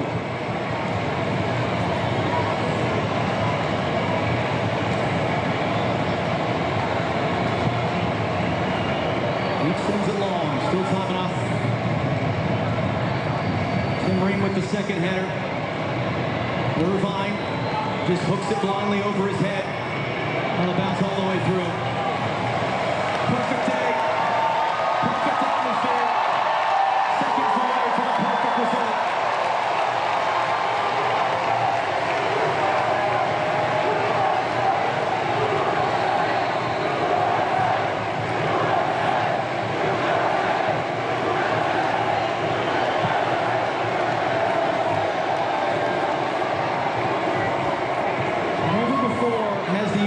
States been able to clinch a spot in the next round with Berhalter rising up to win the header. Tillman unable to get to the second ball. Berhalter just, does anybody love this type of game? It's Sebastian Berhalter. You can tell in his body language. Australia walked the ball up 10 yards before taking the throw. Trusty takes a shove in the back. Volpato, pass one. McKenny can't get there. Trusty from behind. Aaron Kunda keeps it in play. Italiano. Is that a deflection or a miss hit? That ball is 6 foot. Spun out. It is out of play. It is a goal kick.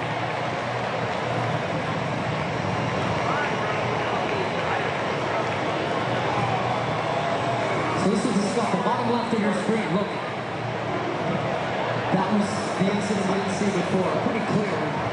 U.S. trying to get in front of that ball, box him out. Italiano, he's in a difficult afternoon. Just the U.S. been rampant down his side, forcing him to defend.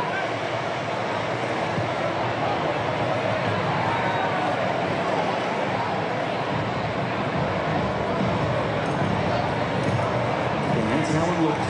As it stands, the U.S. clinching a spot in the next round. They could clinch first place in the group, and that would allow them to stay on the West Coast in the knockout stage. That would mean Bay Area, round of 32. It would mean Seattle, round of 16. It would mean LA, quarterfinal if they can get there.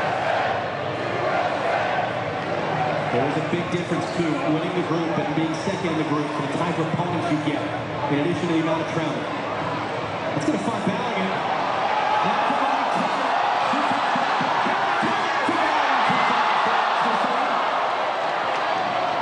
Ballaghan cycles over. There's no one in the box for the U.S. Freeman. Berhalter for McKennie. Ballaghan. And not quite the right angle for Berhalter, although his block holds it in momentarily. Scally's there with a header. Aaron Kuda trying to sneak in. Draws contact off Richards. He's going to get a yellow for this. So now Chris Richards on the yellow card as well. Coming across though, this is a smart foul. This is textbook tactical foul. Aaron Kuda with his speed, you don't want to just even open the door of doubt and just cleans him out, but in a slightly innocuous way. But the reason yellow is the referee. He actually had a little trip. He's getting stretched off right now with maybe a little bit of cramp. And then the hope is it's cramping and nothing more, because it was an awkward... Yeah, you can't expect him to really give the yellow to Chris Richards. And it's something we don't really talk about a lot, but the fitness levels these referees have to have. One of the ways you hear it phrased is the referee has to be more fit than any given player on the field. What the hell's going on here? What is quick counter to be able to make the play. And it's a warm day, the sun is out, you've got FIFA medical staff. Mark Plattenberg is with us. Yeah, someone give that guy a banana. I don't know what's going on, man. See this, but I mean, this is just as much as it is for the players. Throw orange at him, come on. It certainly is, and it's happened to them many times in the games where probably haven't got the fluid on, and therefore you're cutting open. It's a good question.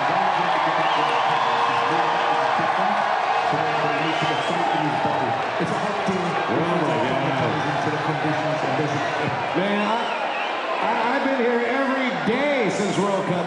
No problem with those. The other piece of it I think is interesting. You look at these referees now. They got microphones, they've got cameras, they've got the spray. I mean, it's a lot of gear you're carting around too. It certainly is, especially now in the modern day, the amount of weekend vibes with the technology. But Felix Zayas certainly carry on. He's only got, 2 minutes plus a little bit more stoppage time to deal with. He can protect himself as long as the game's not stretched. I'm sure that the reserve referee will not be used in this one. And you saw Katia Garcia of Mexico, the fourth official, run over some hydration. Gio and Haji Ryder preparing to enter. I'm going to give the referee a yellow card. Or a yellow card on the referee. Here comes the Australian free kick off the Richards yellow card. Pops sideways. Malik Tillman is high and as far as he can boot it. And Ballaghan was trying to take it clean out of the air. U.S. got to reset here defensively. Trusty heads that away in front of Italiano. The U.S. want to make subs. They were screaming at the fourth official. And they're saying that the paperwork wasn't ready.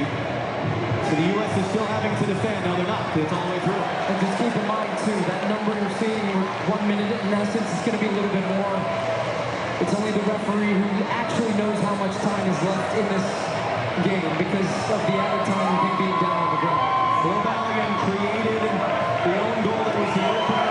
Haji Ryder on.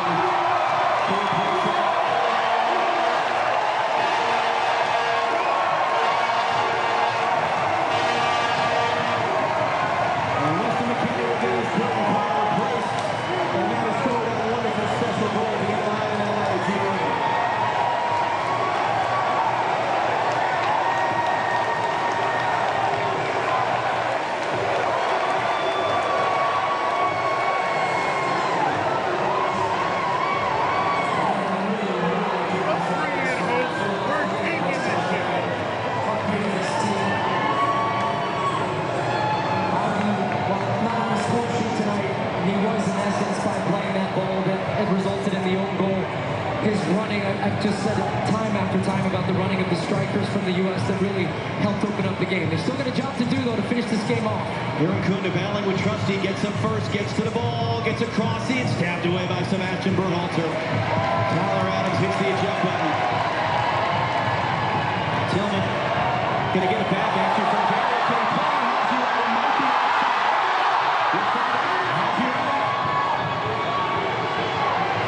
walking his way through. Shaw's block flag comes up for offside anyway. But he milked a few more seconds off the clock. Can't be more than a few left on it still. He should have just went one-on-one.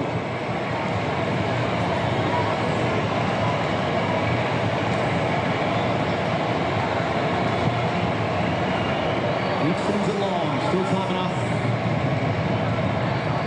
Tim Ream with the second header. Irvine just hooks it blindly over his head. On the bounce all the way through. Perfect day. Perfect atmosphere. Seconds away from a perfect result.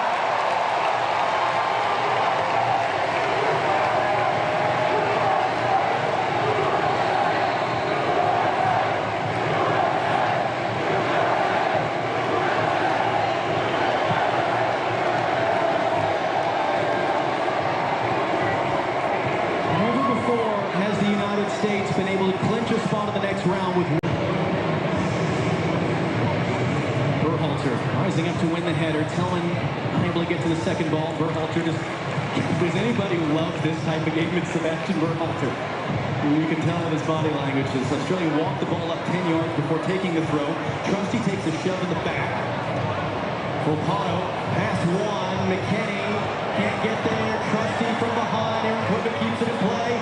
Italiano. Is there a deflection or a miss hit? That ball is 6 minutes. Spun out. It is out of play. It is a goal kick.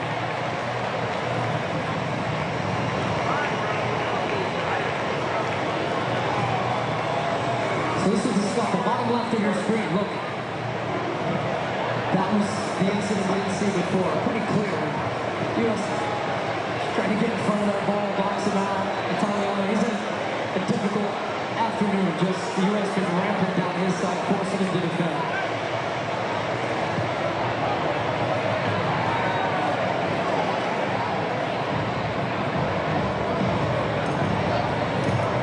And that's how it looks.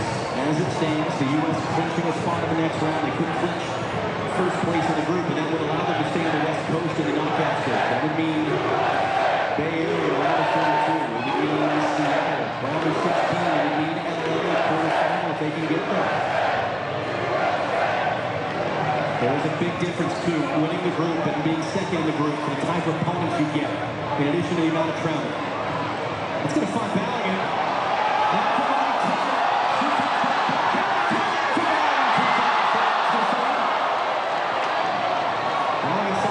There's no one in the box for the U.S. Freeman. Berhalter for McKenny. Ballaghan. And not quite the right angle for Berhalter, although his block holds it in momentarily. Scally's there with a header. Aaron Kuda trying to sneak in. Draws contact off Richards. He's going to get a yellow for this. So now Chris Richards on the yellow card as well.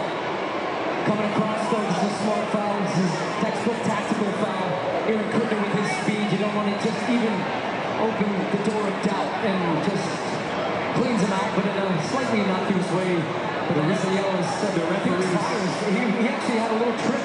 He's getting stretched off right now with maybe a little bit of cramp. And then the hope is it's cramping and nothing more, because it was an awkward... Yeah, he thought something was going to give the yellow to Chris Richards. And it's something we don't really talk about a lot, but the fitness levels these referees have to have. One of the ways you hear it phrased is the referee has to be more fit than any given player on the field. What the hell's going on here? Quick counter to be able to make the cut. And it's a warm day. The sun is out. You've got FIFA medical staff. Mark Plattenberg is with us. Yeah, someone give that guy a banana. I don't know what's going on, man. See this, but I mean, this is just as much as it is for the players. Throw orange at him. Come on. It certainly is, and it's happened to them many times in the games where probably haven't got the fluid on, and therefore you have to open. It's a good question. Why is it to get that ball? It's different. So they need to get something in his body. It's a hot day. Oh my God. Into the conditions, and there's Man, I've been here every day since World Cup. No one brought me one of those. The other piece of it I think is interesting. You look at these referees now. They got microphones. They've got cameras. They've got the spray. I mean, it's a lot of gear you're especially now in the modern day, the amount of weekend vibes with the technology. But Felix Zayas certainly carry on. He's only got, what, 2 minutes plus a little bit more stoppage time to deal with. He can protect himself as long as the game's not stretched. I'm sure that the reserve referee will not be used in this one. And you saw Tatiana Garcia of Mexico, the fourth official, run over some hydration. Gio and Haji Ryder preparing to enter. I'm going to give the referee a yellow card. Or a yellow card on the referee. Here comes the Australian free kick off the Richards yellow card. Pops sideways. Malik Tillman is high and as far as he can boot it. And Pelican was trying to get clean out of the air. U.S. got to reset here defensively. Trusty heads that away in front of Italiano. The U.S. want to make subs. They were screaming at the fourth official. And they're saying that the paperwork wasn't ready. So the U.S. is still having to defend. No, they're not, because it's all the way through. And just keep in mind, too, that number you're seeing, 1 minute in essence, is going to be a little bit more. It's only the referee who actually knows how much time is left in this game because of the added time of him being down on the ground. Bolivian created the own goal that was the opener. Haji is on full pressure.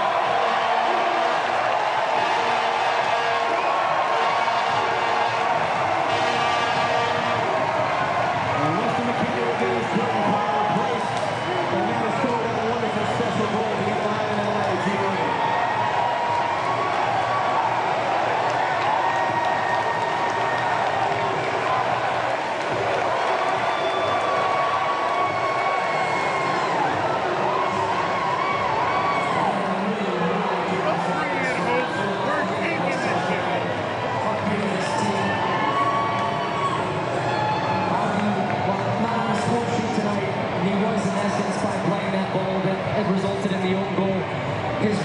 I've just said it time after time about the running of the strikers from the U.S. that really helped open up the game. They've still got a job to do, though, to finish this game off.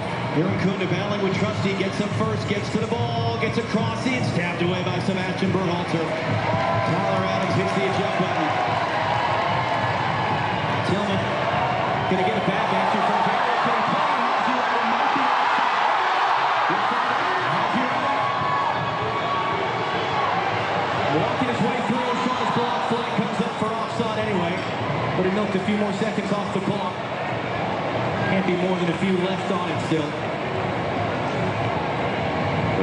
He should have just went one-on-one.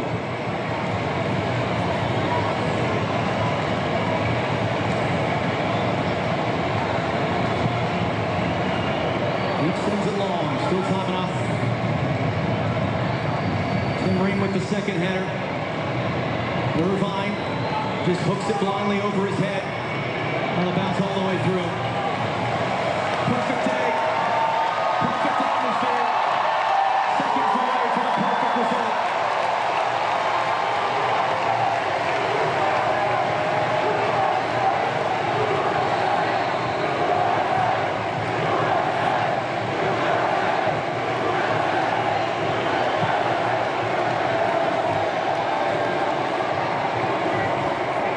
Never before has the United States been able to clinch a spot in the next round with